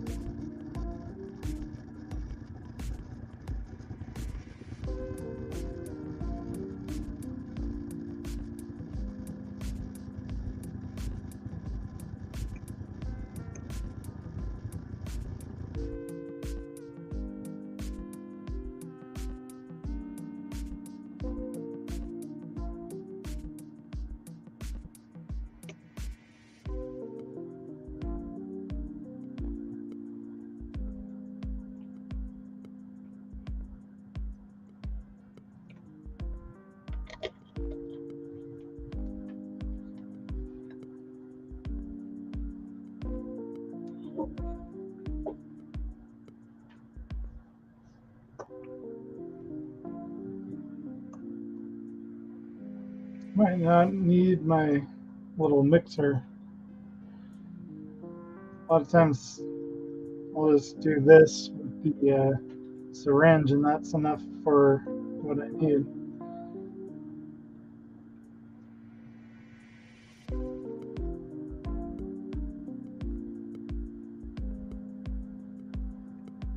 Do it about 20 times or so. I like to get everything out of especially all the paint and primer. Try to get as much of it out of the syringe as possible. And this just kind of helps facilitate that. But then the thing I notice is the syringe, the pipettes, they actually, the plastic breaks down on them very quickly, especially with lacquer.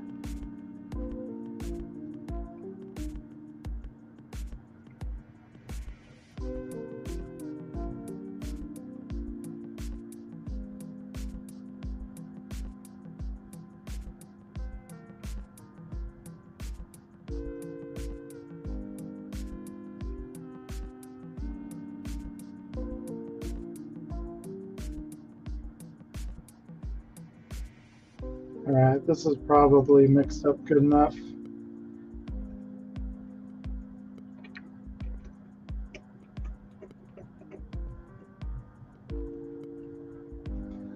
All right, ladies and germs, we are ready, I reckon. Put this one off to the side because it's clean.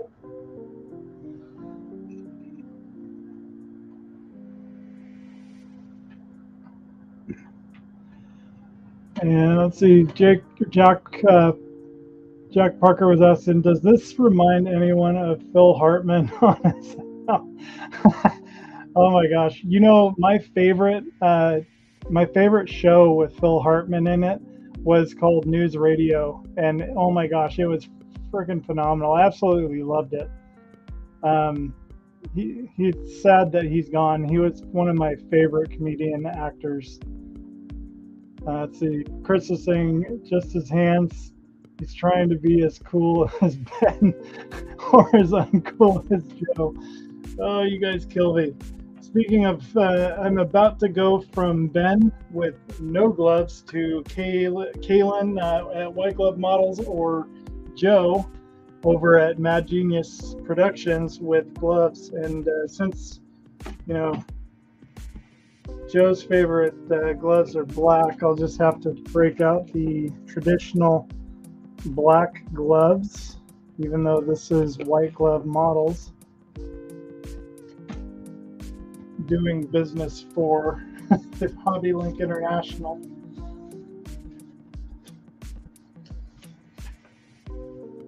All right, here we go. That part ready to go. Now, bring down the magical Grex.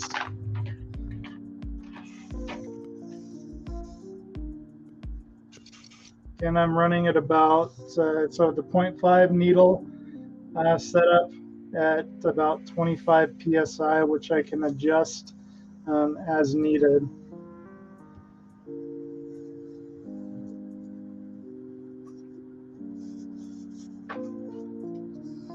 I always get a bit of an air leak on this one for some reason.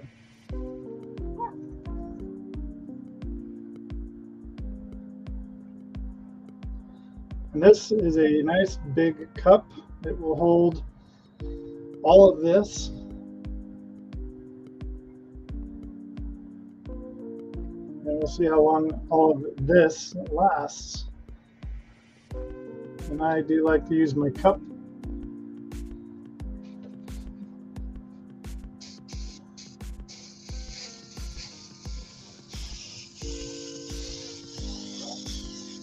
I'm going to do a lot of very light coats. And Chris, I think you were right.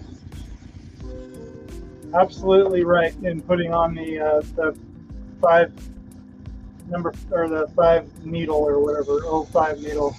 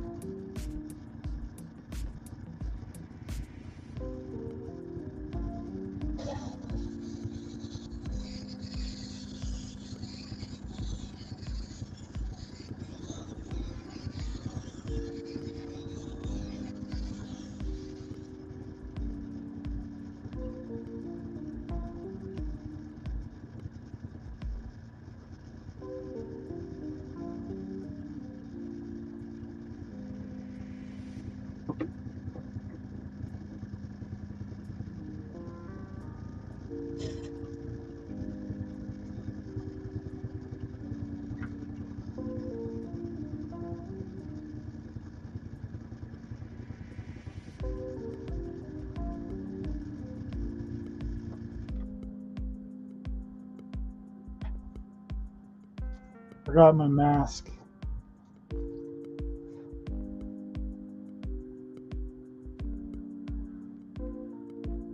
Joe Bub Jen. Alright, so I'm gonna mask up now because a lot of overspray. Alright.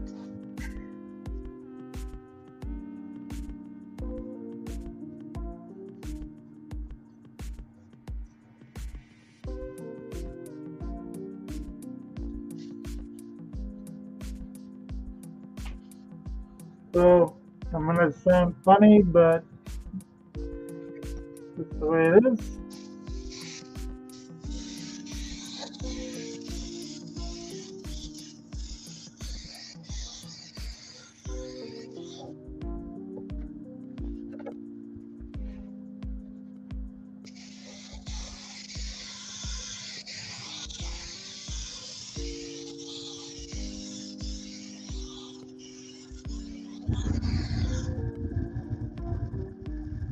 This fan is not the best. I'm going to be upgrading my fan at some point just to make it a little bit better and pull out more air.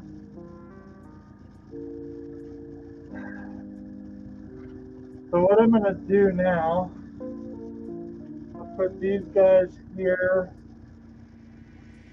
because I want to do the interior real quick.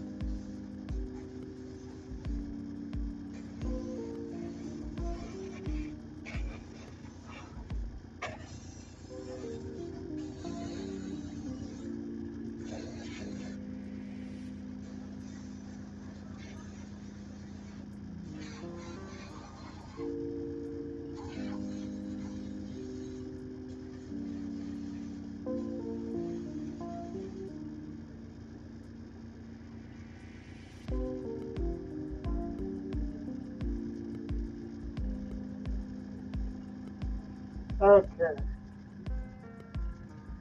Fairly happy with that for the moment. Get it up and out of the way.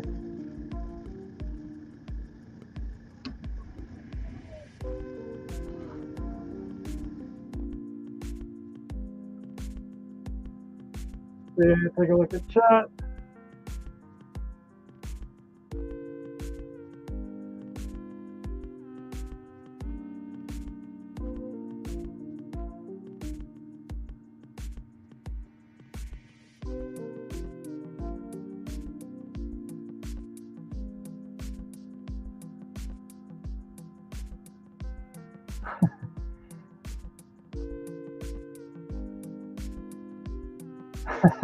Sound like Dark Helmet keep painted. And then you guys were making fun of my using a cap. I know. I don't know. I've made a huge mess without the cap. So now I guess what I'll do is the interior of these guys real quick. Oh, too much.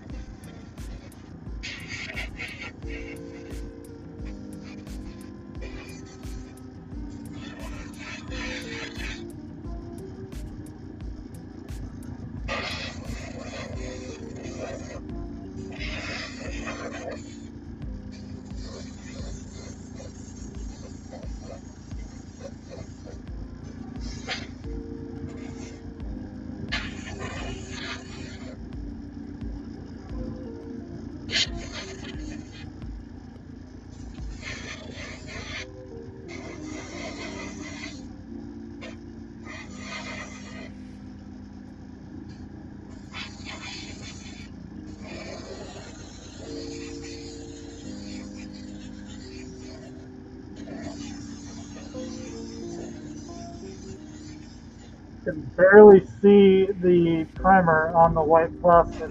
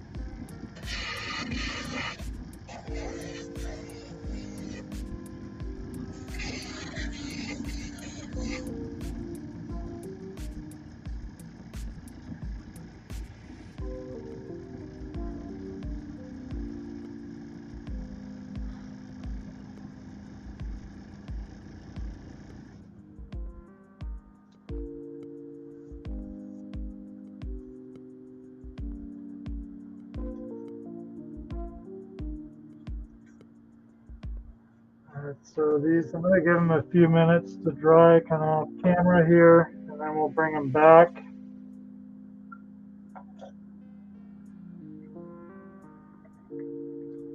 And we'll kind of do my figures next, I think.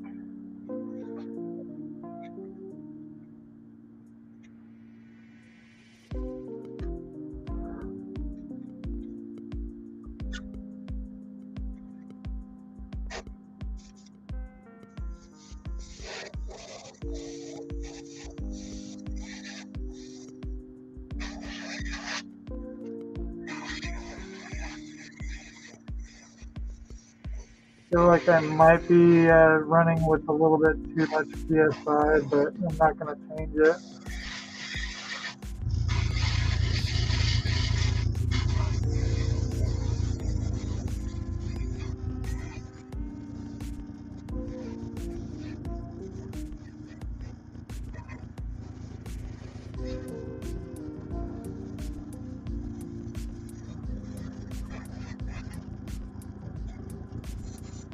Oh, too much.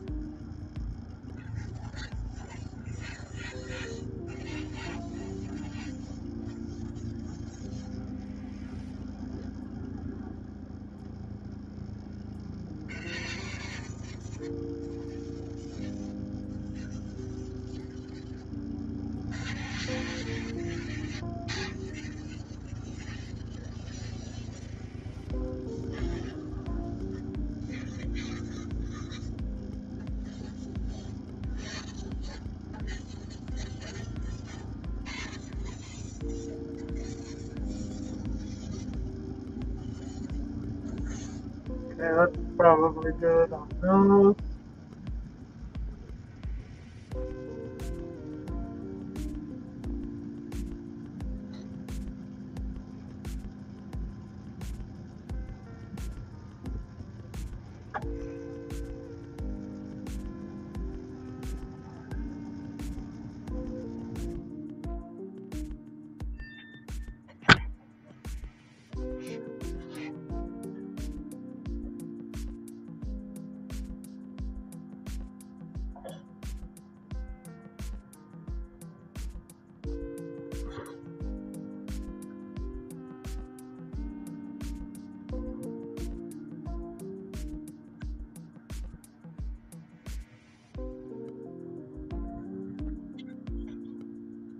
See how much paint we actually have.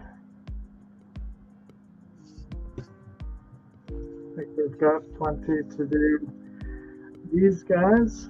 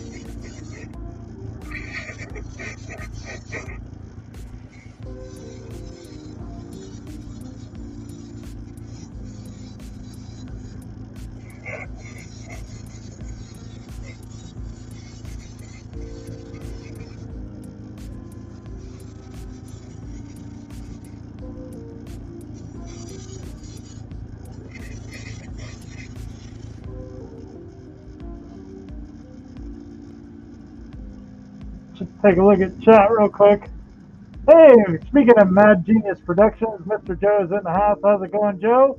And one is in the house. How's it going, number one?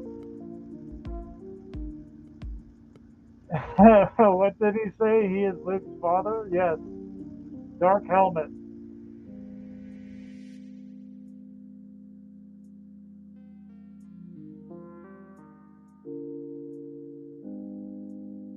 And Chris, so you bought a car kit. Now I need to learn how to use Tamiya lacquer paint. Yeah, I don't know. I kind of like the Tamiya lacquer line, but I have mostly acrylic. But Joe's telling him that LTC is really easy to use unless you're talking about the clear. Yeah, the clears are sometimes they are weird.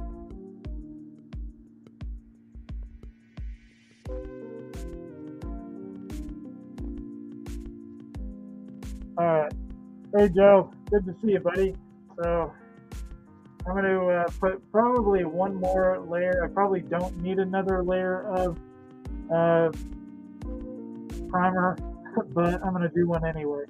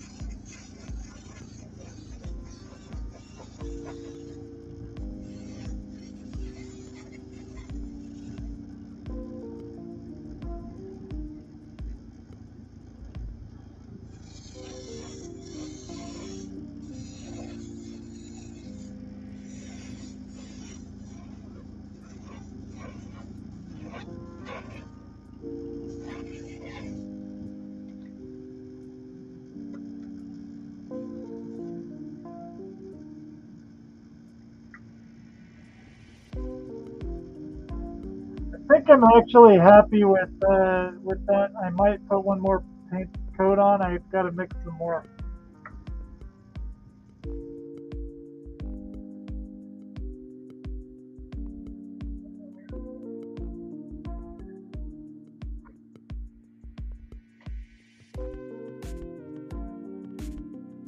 I don't like. It's probably wasteful, but I probably could have cleaned this out. I don't like double dipping my pipettes.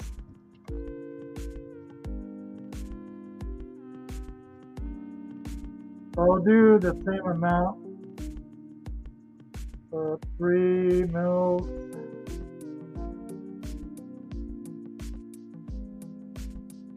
3 mils.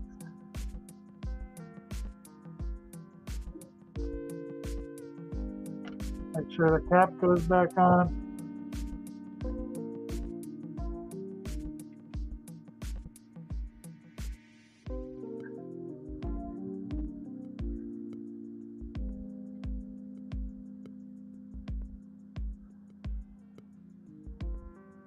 A little short of 3 mils.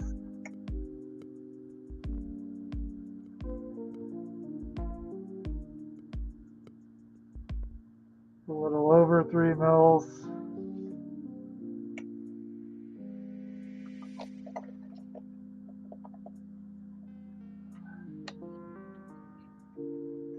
Oh, stay.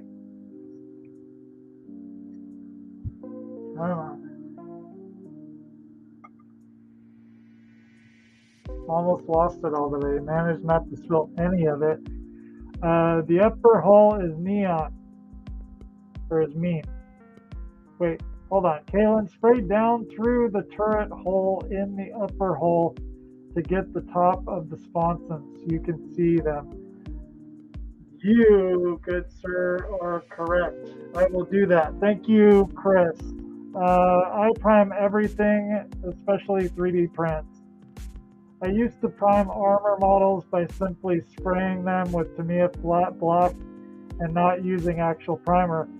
You know, it's probably not a bad idea to paint them, to use block primer, huh? I do have the Mr. Surfacer Black 1500. I just wasn't sure what color to do, so I probably should have done black, shouldn't I, Chris? Oh well, you know, you live and learn. There's always the next one. One saying, hey, you guys, in about 45 minutes, Nobody Show is starting their Sunday live. It's a junkyard owner that sell collectible antiques and toys. Starts with a dealer promo model car. Right on.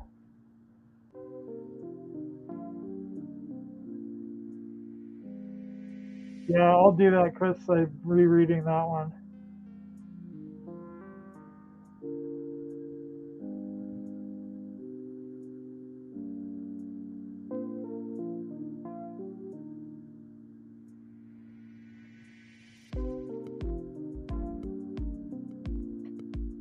Alright, so we're almost there.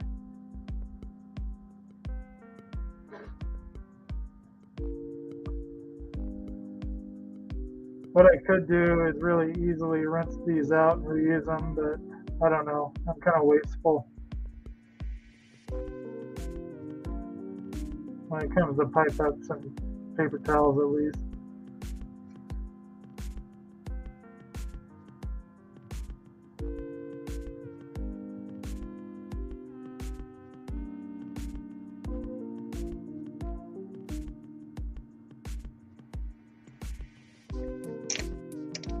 That's good enough. And what I'll do is I'll come back in a little bit and do the tops of the sponsons, Chris.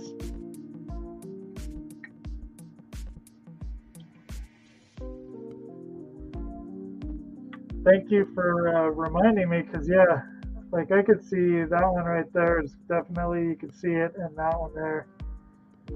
So I'm gonna do one more coat of paint on this guy. or one coat of more coat of primer.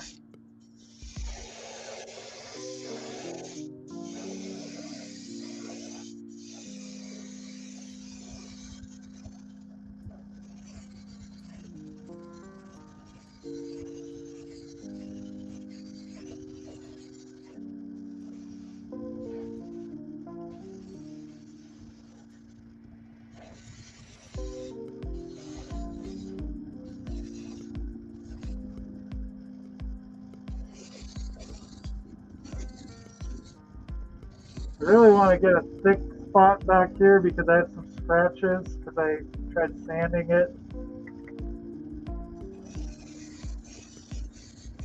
But I can always fix that with paint too.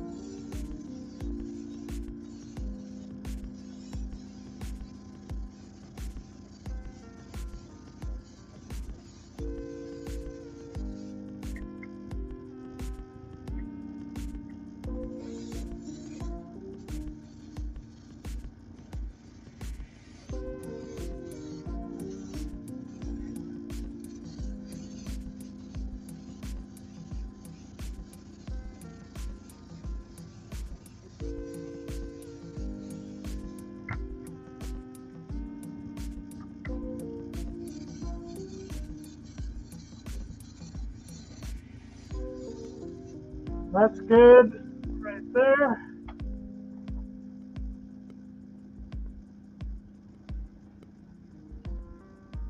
I'm gonna do these guys next.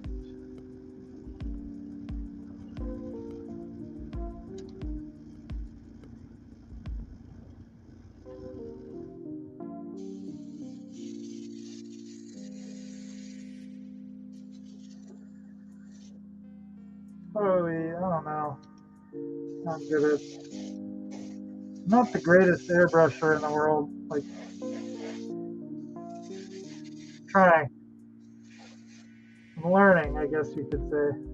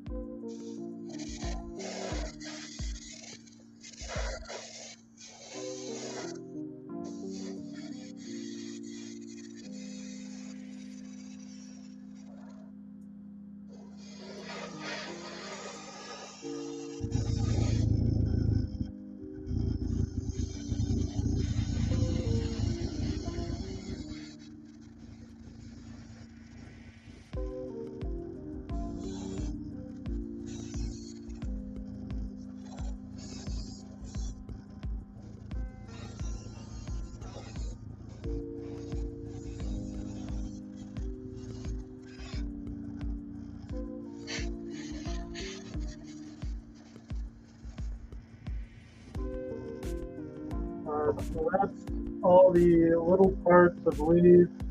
Oh, nope, we've got one more.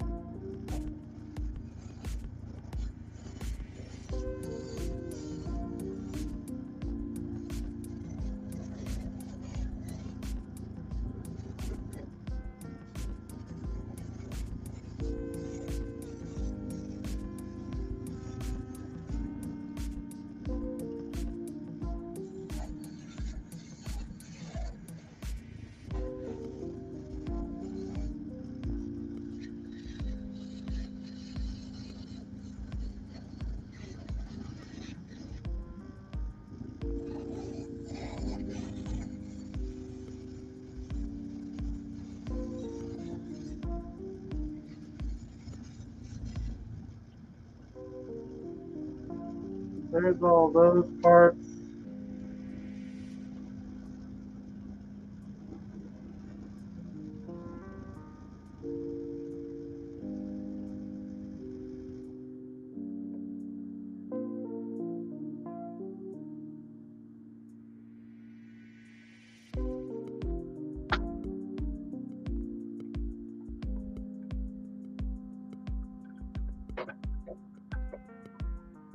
Oh, come on.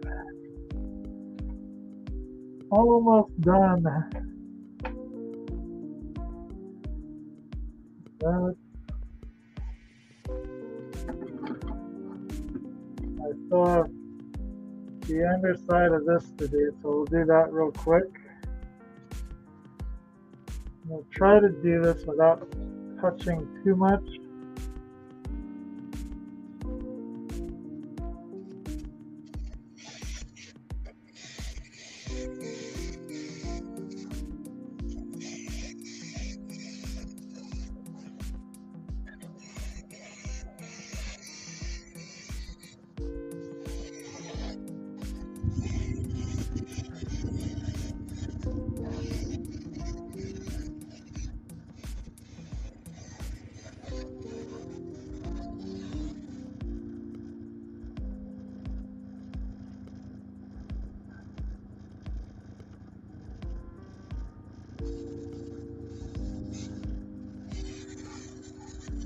By mock building that interior too, it's given me something to hold on to.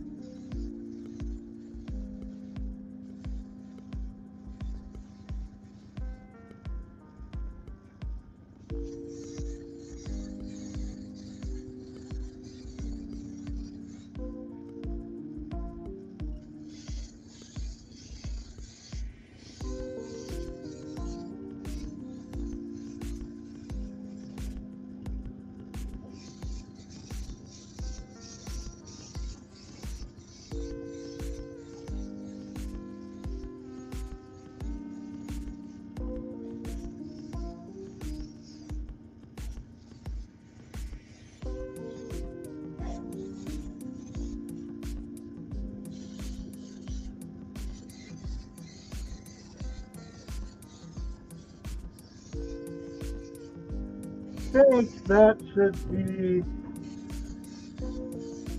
enough primer on there.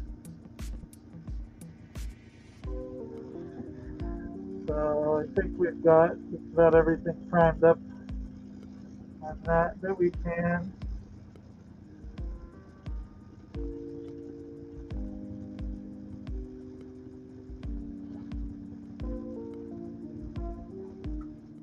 And before we do the last few parts, I think I'll let that continue drying for just a minute more or so. We'll do these parts. And these are the last of the parts actually going on the kit.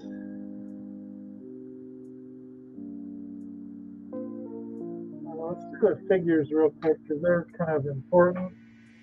I'm afraid to open that because I have gotten a little messy with it. Turning it upside down and stuff.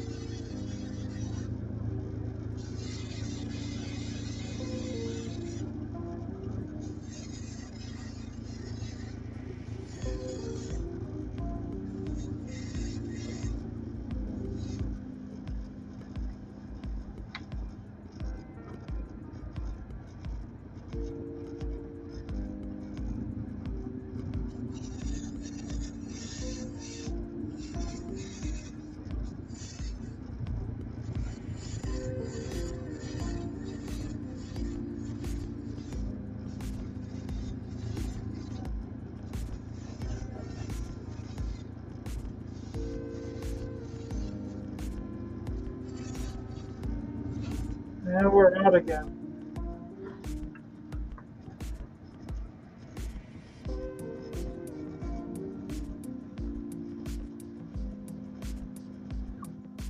I'm going to go ahead and mix up some more.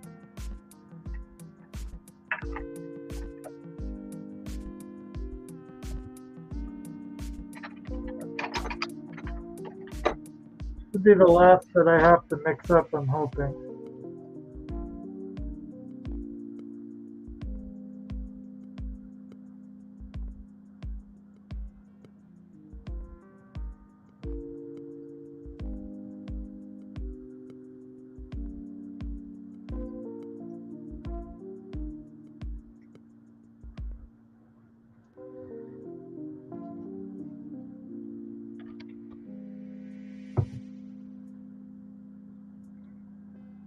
This is actually, so that's 2. So I'm actually mixing up 4 milliliters of it at a time.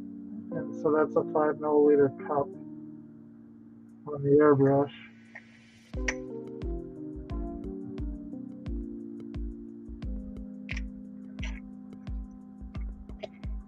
Kind of doing this fast because I'm trying to get all of this done fairly quickly.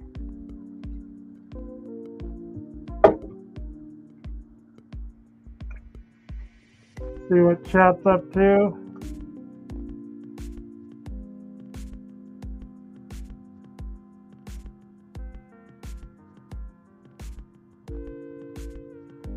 Screw your needle stuff in a little, Kalan. You won't blast the paint on. Okay, yeah, I do need to do that. 1 or 2 turns, he says. Yeah, it does get pretty foggy.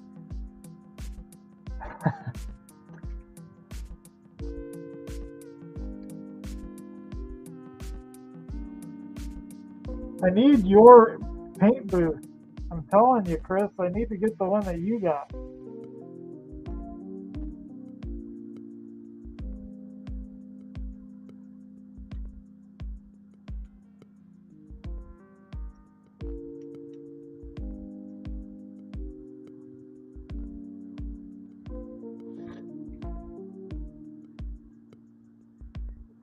So go ahead and turn, add a few turns and see.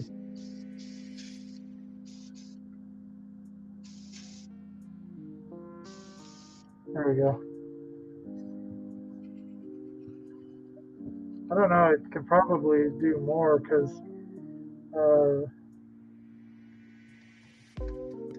you barely touch the trigger on this and it's hosing down, Chris.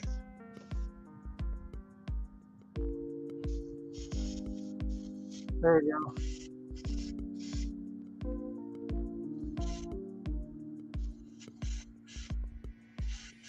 There we go. I think I'm happy with that. Let's try this. That's still crazy. I know Ben paints like without his booth or anything. That scares me. I can't do that.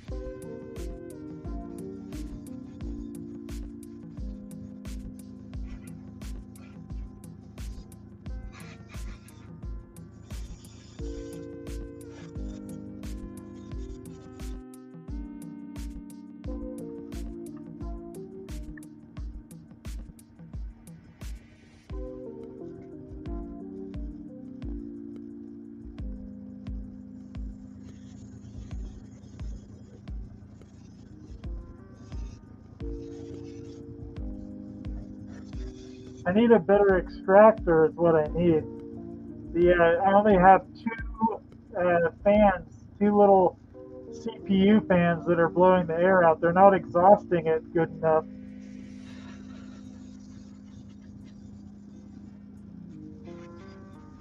So I have one on Amazon, but it's a lot more expensive.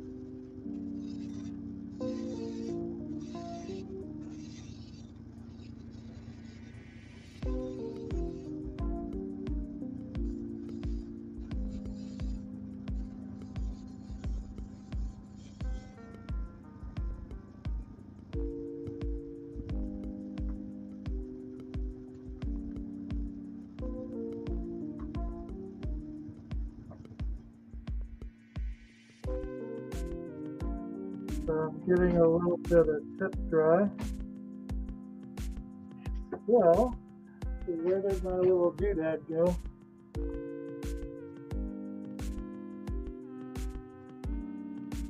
We'll take care of that right now.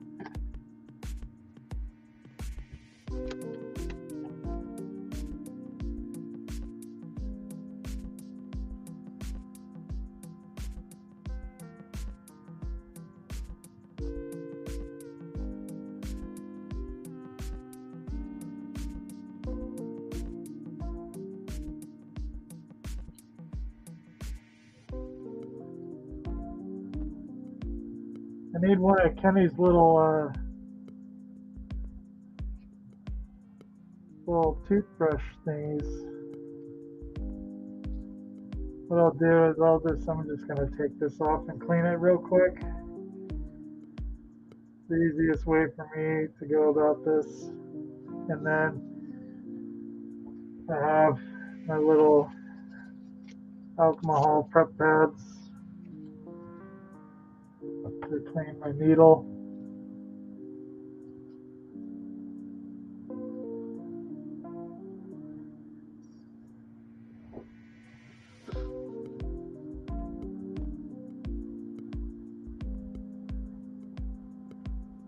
There we go. Now we will no longer be suffering from tip dry.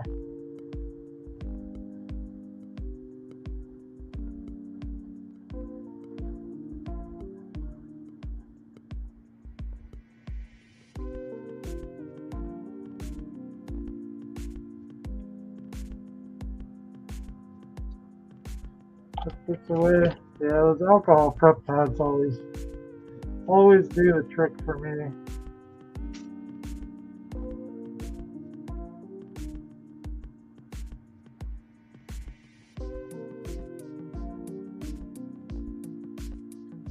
Now we should be able to just apply a little bit of paint. Yes, there we go. Now we're cooking.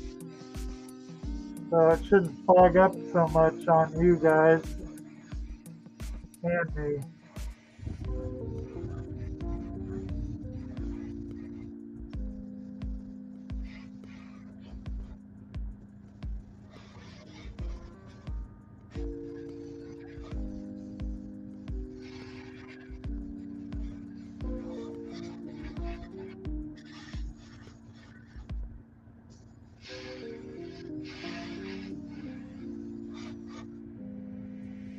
Okay, let's see.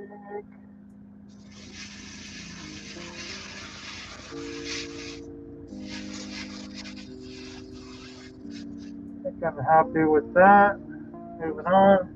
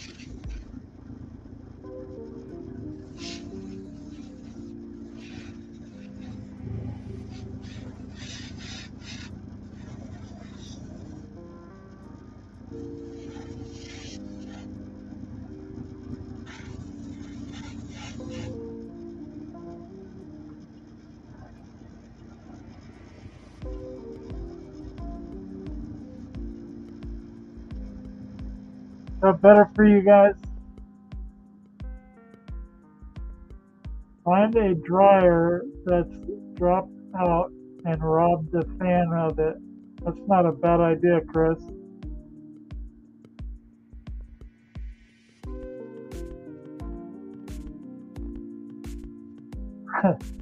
Kenny sprays willy-nilly too, just like Ben.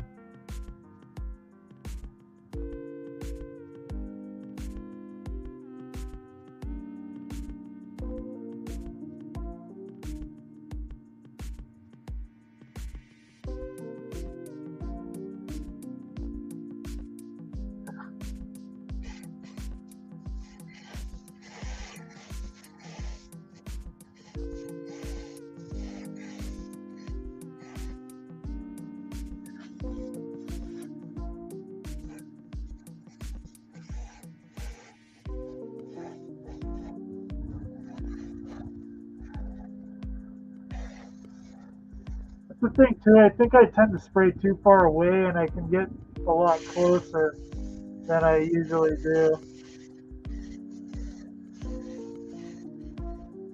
I think I'm wasting more paint than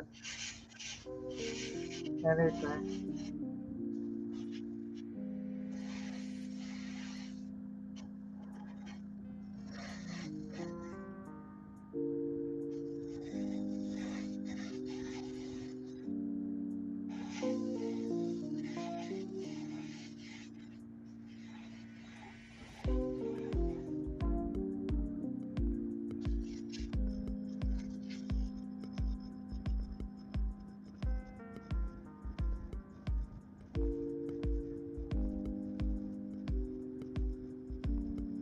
These are the ones that are actually going away.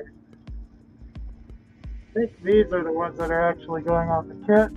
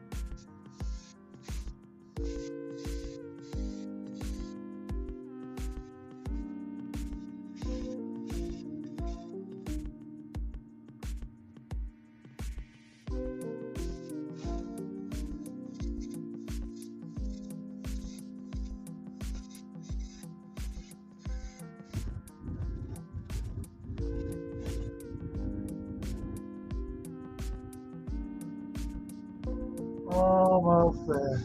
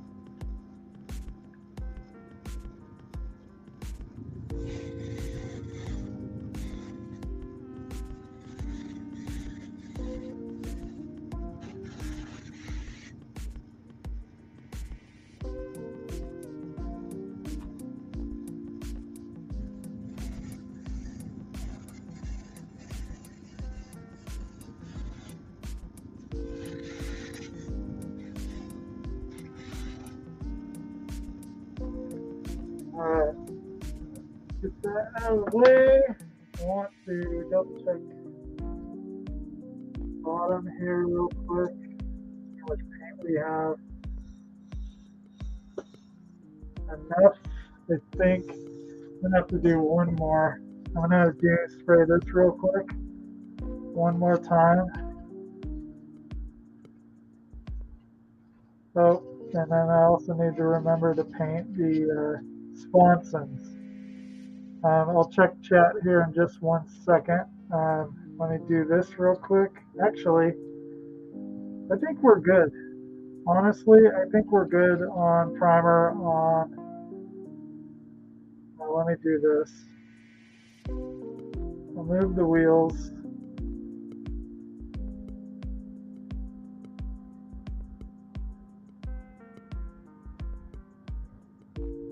I don't really think this matters, but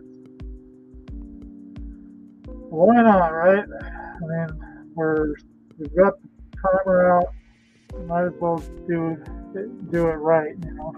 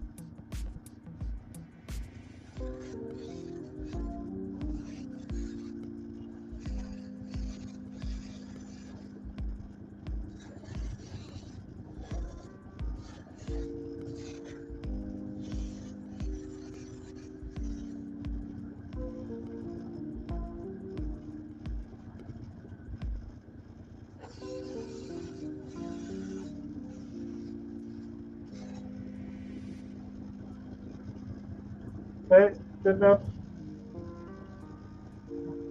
Put this back up here.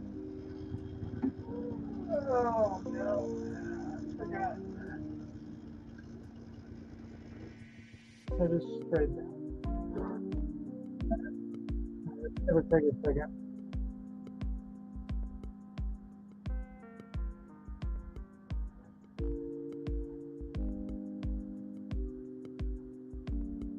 What I can do,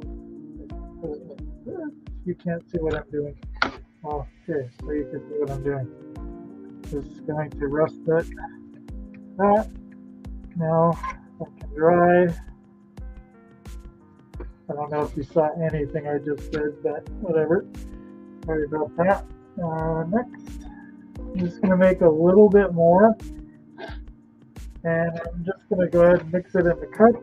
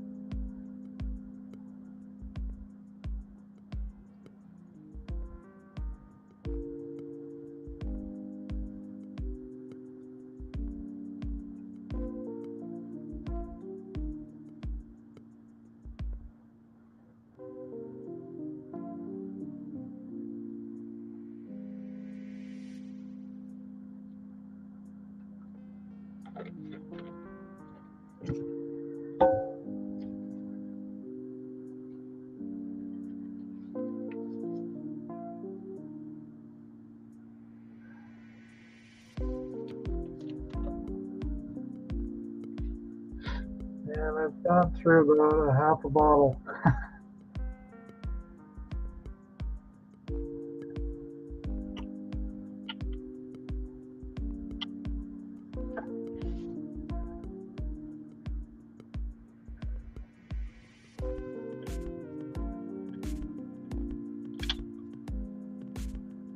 And that, I reckon, should be enough for these parts that I'm going to be painting, just the spare parts and all that.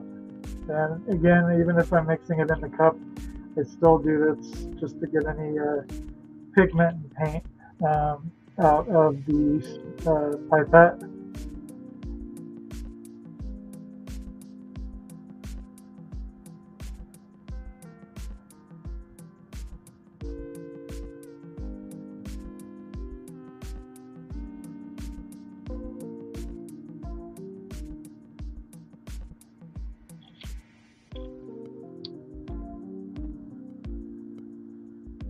Alright, good enough. Put our lids back on. Probably should have put the one on the cap on the airbrush first. There you go. Because I don't like cleaning paint off my airbrush. It sucks when you do that. Then I'll do a little backflow.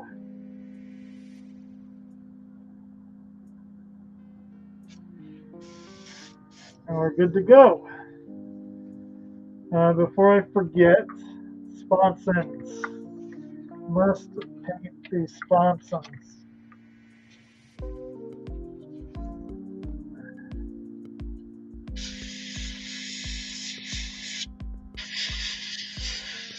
Get a little primer.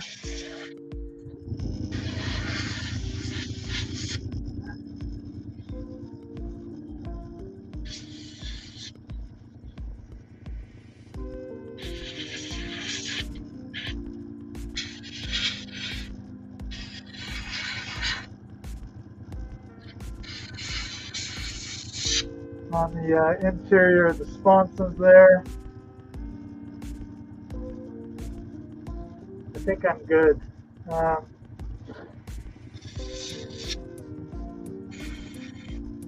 Good enough. So that can go up here to dry. And now comes, see, these are probably dry and can go home. Then we just have these trees to do real quick. So what I will do, get this out of the way, pull these buggers off.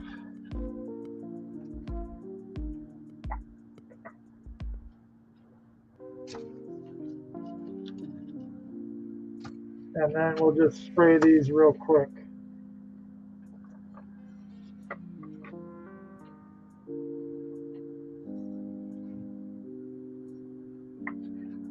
Let's see, I don't like how that's sitting. So we'll just move it real quick.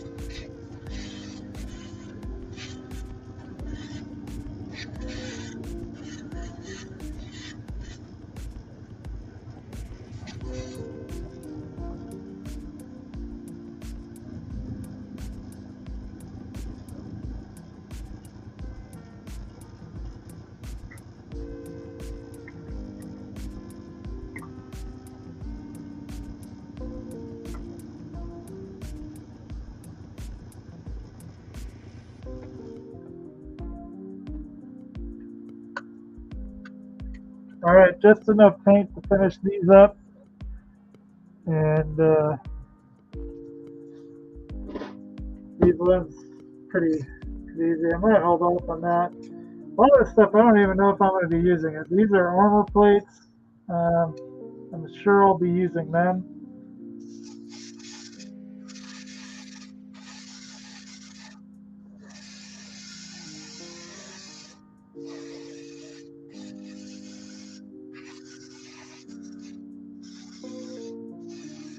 Probably only need to paint one side of them.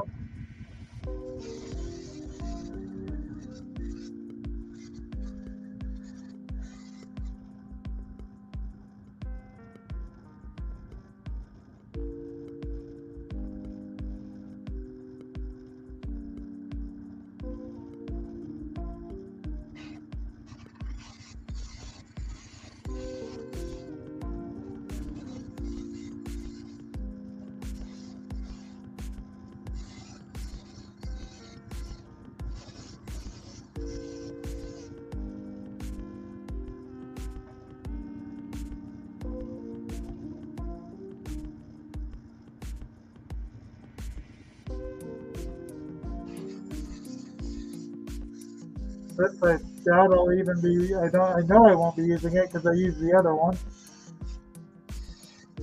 But we'll paint it up anyway. That way, if I ever need it, it's primed and ready to go.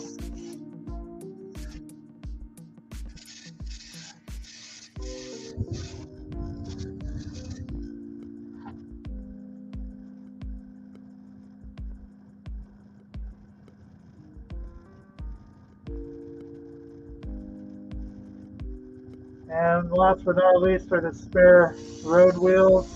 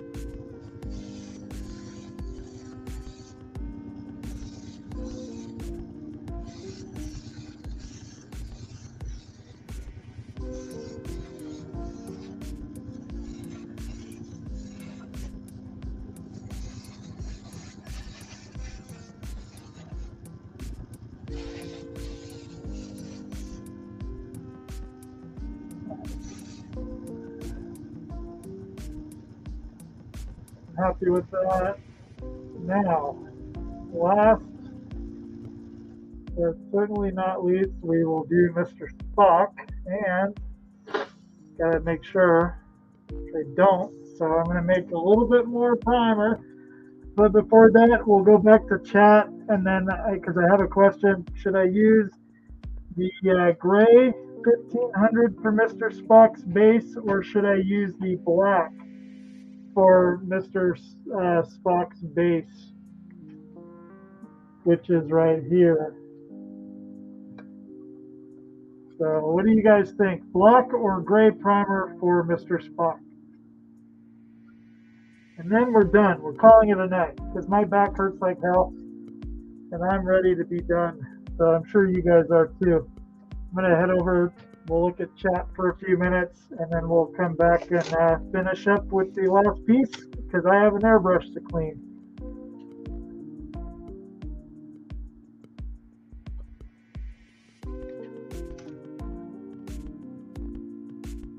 My chair is covered in gray. My brand new chair.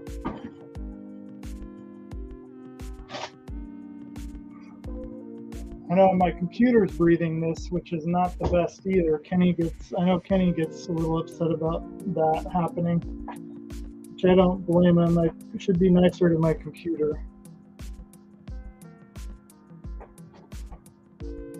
Oh, holy crap.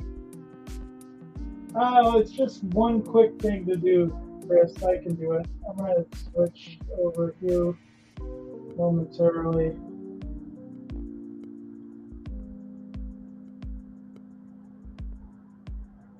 I don't know.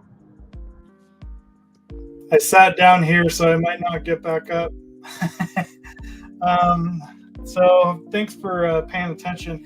So that idea about using a dryer fan, Chris, not a bad idea, actually. I might actually do that. The room is a little bit cloudy. Yes, because my fan sucks. So I'm going to go ahead and open up the whole window. Let it air out a bit there. I feel like I ran a marathon and I don't know why. It's like still healing, I guess. I'm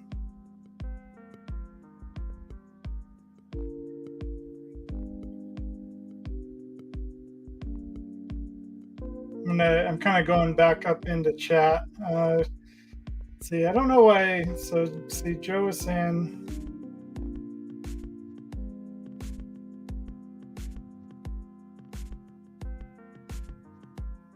Oh, Joe took off. So take care, Joe. Sorry, I missed you when you were heading out. All right, back to Christmas decorating. Kalan, the tank is looking magnificent. I hope the rest of you have a great Sunday. Thank you, Joe. I appreciate that. I'm happy with the tank. It's going to look nice when it's done. OD green, I have no idea. I have so many different greens. So I need to figure out what color which Tamiya color I'm going to paint the actual Sherman. So if you know the actual color number, let me know, because I don't know. I think I have pretty much every Tamiya green there is. Let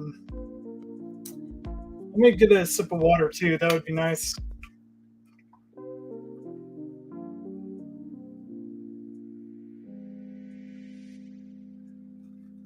Yeah, Chris. So Chris was saying, or Kenny was saying, when I did cars, trigger was fine, but years of pulling back from the top of an airbrush is just muscle memory.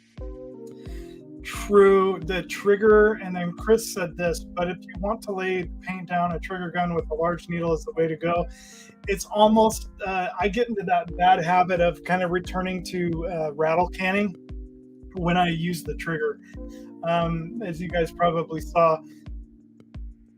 But you know what? That is so true, because you can lay down a ton of paint, especially with this Grex airbrush. This Grex airbrush is magnificent. I love it. For the Titanic or a Starship in 350, definitely the HPLV gun. Nice. Yeah, that might be a bit of overkill, but it would work, definitely. Or just rattle can it, Kenny. And Chris said he bought the trigger gun for the 1350 refit. Not a bad idea.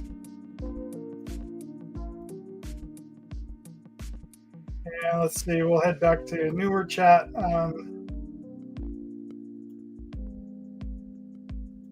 Dryer fans have their motors outside the Airstream, which is what you need, and that's basically what is in my booth. Okay, I know what you're talking about, and we don't have a spare dryer, but I know where I can get one. So XF62.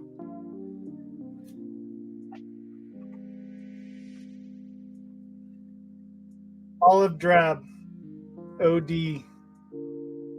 So that will be the color of said tank then. Thanks, Chris. XF62. So I'm going to switch back to the paint booth real quick, just because I want to get some paint on Mr. Spock And that will only take a minute, and then I'll come back here. We'll chat for a few minutes, and then I'll let you guys go.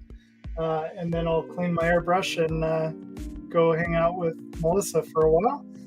So it's been a good couple of hours, I think. What, almost 3 hours? Dang, 4 hours? What? I haven't been on that long, have I? Man, time flies when you're having fun. And we still have 5 people watching. So that's impressive.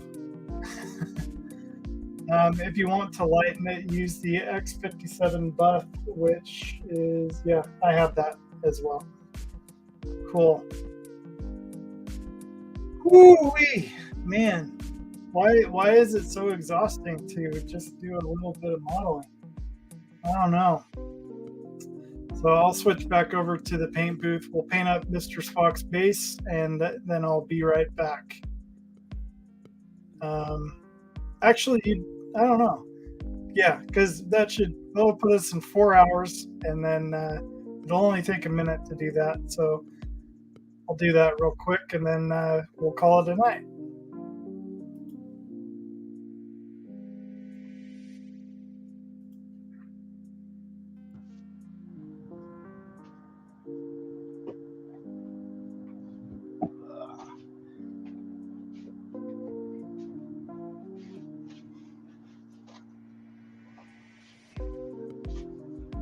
All right, put my mask back on.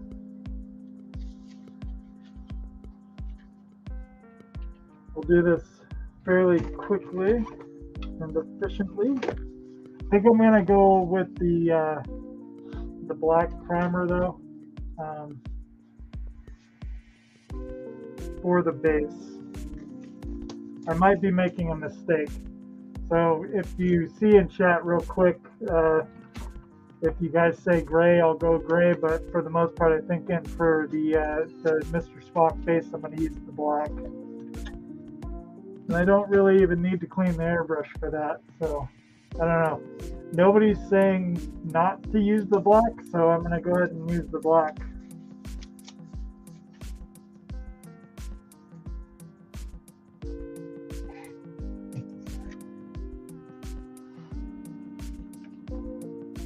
This might be a mistake, but I can always go over it in certain areas with lighter primer if I don't like it.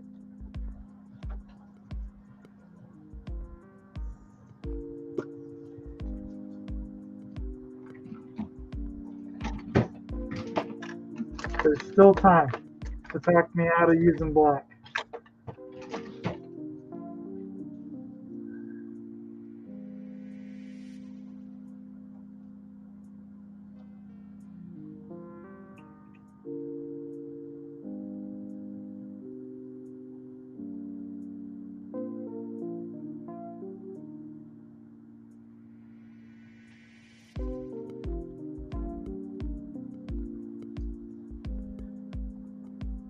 Alright, looks like black it is.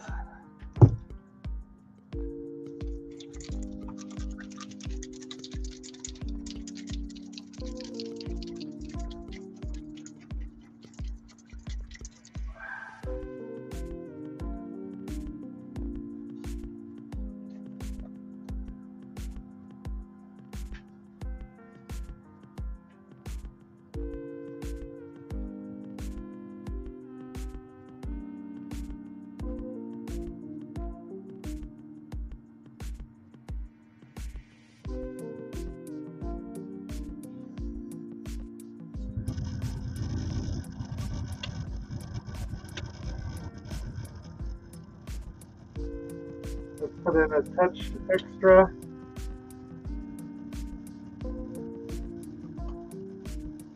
And now Chris is going to say, no, use gray.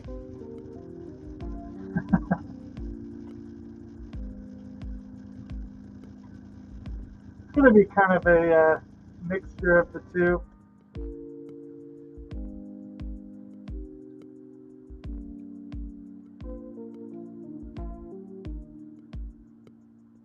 Thankfully, this airbrush is super quick and easy to clean.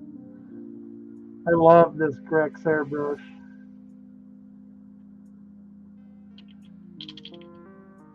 All right, so there's that. Happy with that. And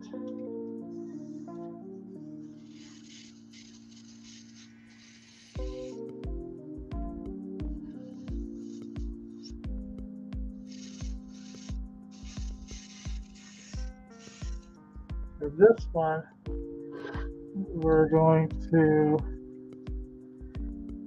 kind of spray it on thick and fast. But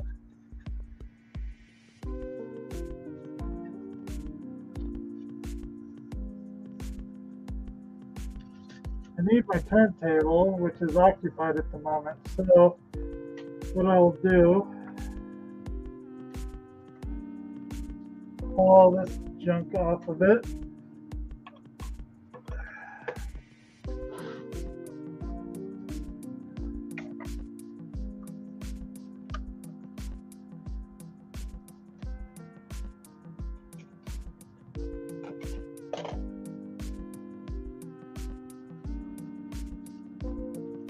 Put these like that to dry. Oh my gosh. I almost lost everything there. Come on.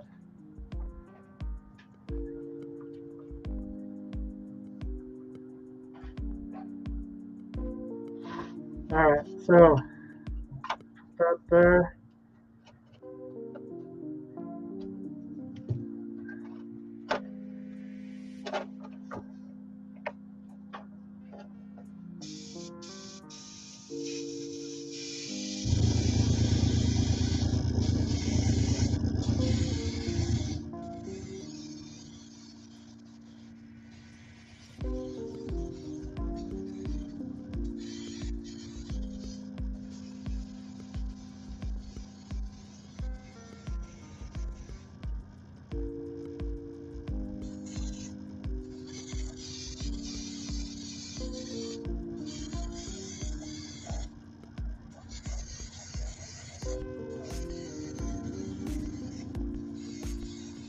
I'm spattering.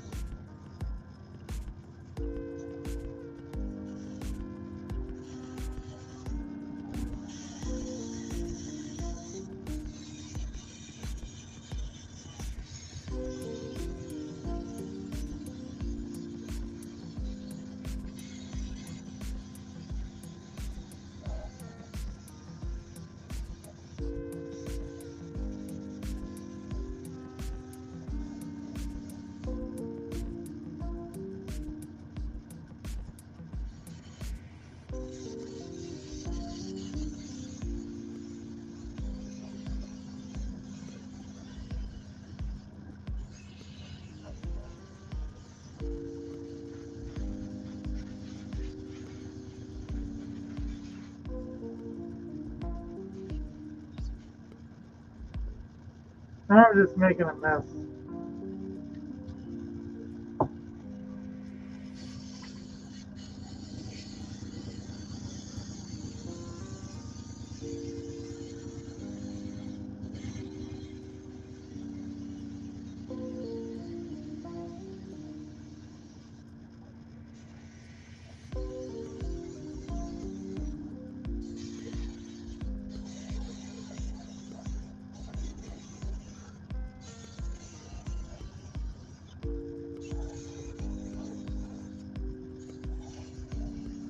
Yeah, I'm gonna have to revisit this. This is it. It's spattering, and you know, I tried to compliment this airbrush one time, and look at what it does.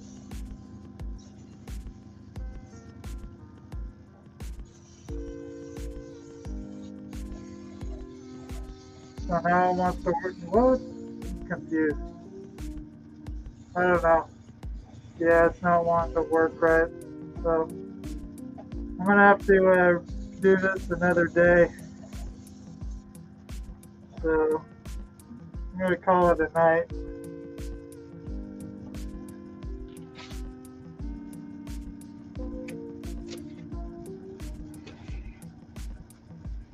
Oh, back to the other side.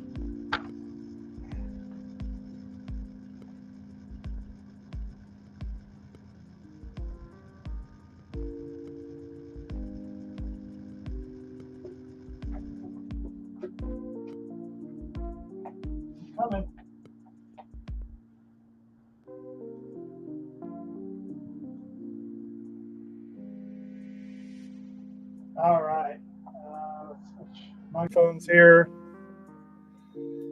All right, guys, that is basically it. Yeah, open the needle stop back up. I did. I opened it way up too, and it was spattering and not all kinds of fun. So, I think my airbrush needs to be cleaned. I let it sit a little bit too long.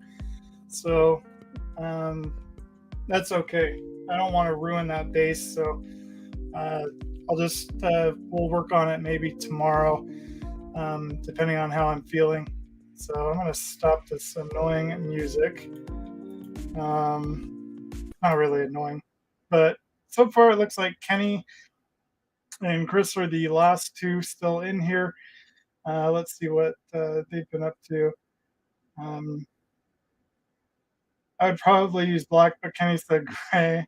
Open the needle, stop back up. Good times. The airbrush said it's quitting time. Yeah, I think it did.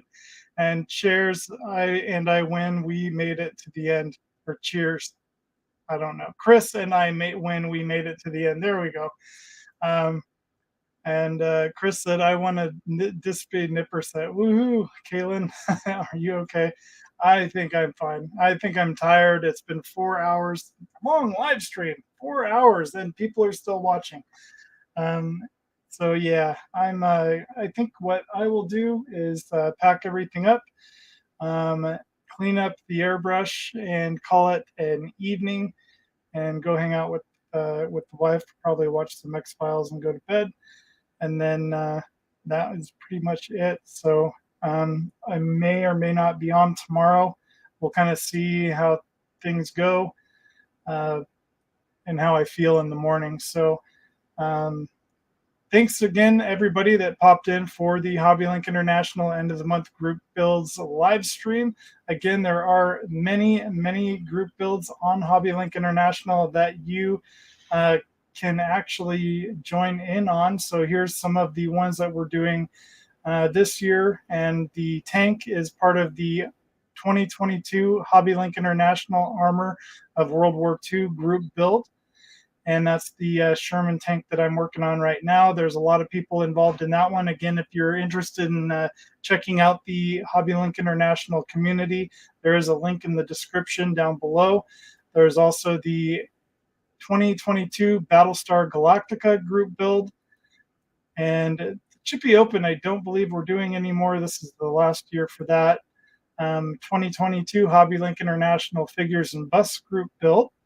And we also have the HobbyLink International 2022 helicopter group build, which is a lot of great helicopters are being built in that build, you can go over to the website, hobbylinkinternational.com, and you can go into the community and check all those builds out, as well as the first annual Jesse Bucksbaum Memorial Bullying Awareness build, which is really awesome.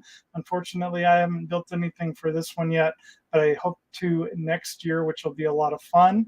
And then the Sci-Fi Annecy 2022 Halloween group build, which is over. Now we have the or the 2023 Halloween group build. I'm assuming it's Sci-Fi Annecy, which is another name that HobbyLink International used to be called. We also have the 2022 HobbyLink International TV and movie group build, and the 2022 HobbyLink International Star Trek group build.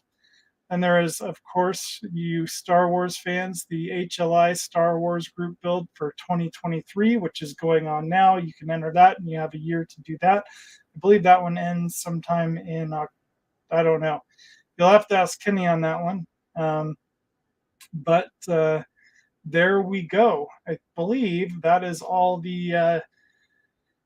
of the group builds that I have images of. So, boo Star Wars. Yeah. Oh, Kenny. Yeah. I got myself in trouble with Star Wars, didn't I? But I do love Star Trek. At some point, there will be some more Star Trek builds on my channel. But again, thanks for everybody for stopping by. Hopefully, if we keep doing this, it'd be nice for people to join in.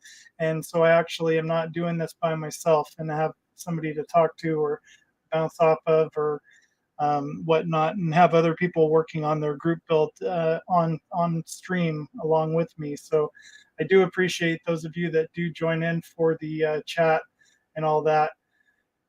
So with that being said, I'm going to go ahead and call it an evening, clean up my airbrush, and I hope you guys enjoyed this very, very long airbrushing session.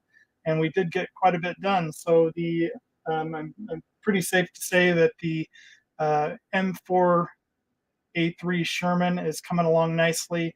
I still have to prime the Victory, but the Victory is going to take forever to do anyways. So have a wonderful evening, guys, and take care. I guess I will see you next time. I'm going to do my channel outro since I don't have an outro for the HobbyLink International.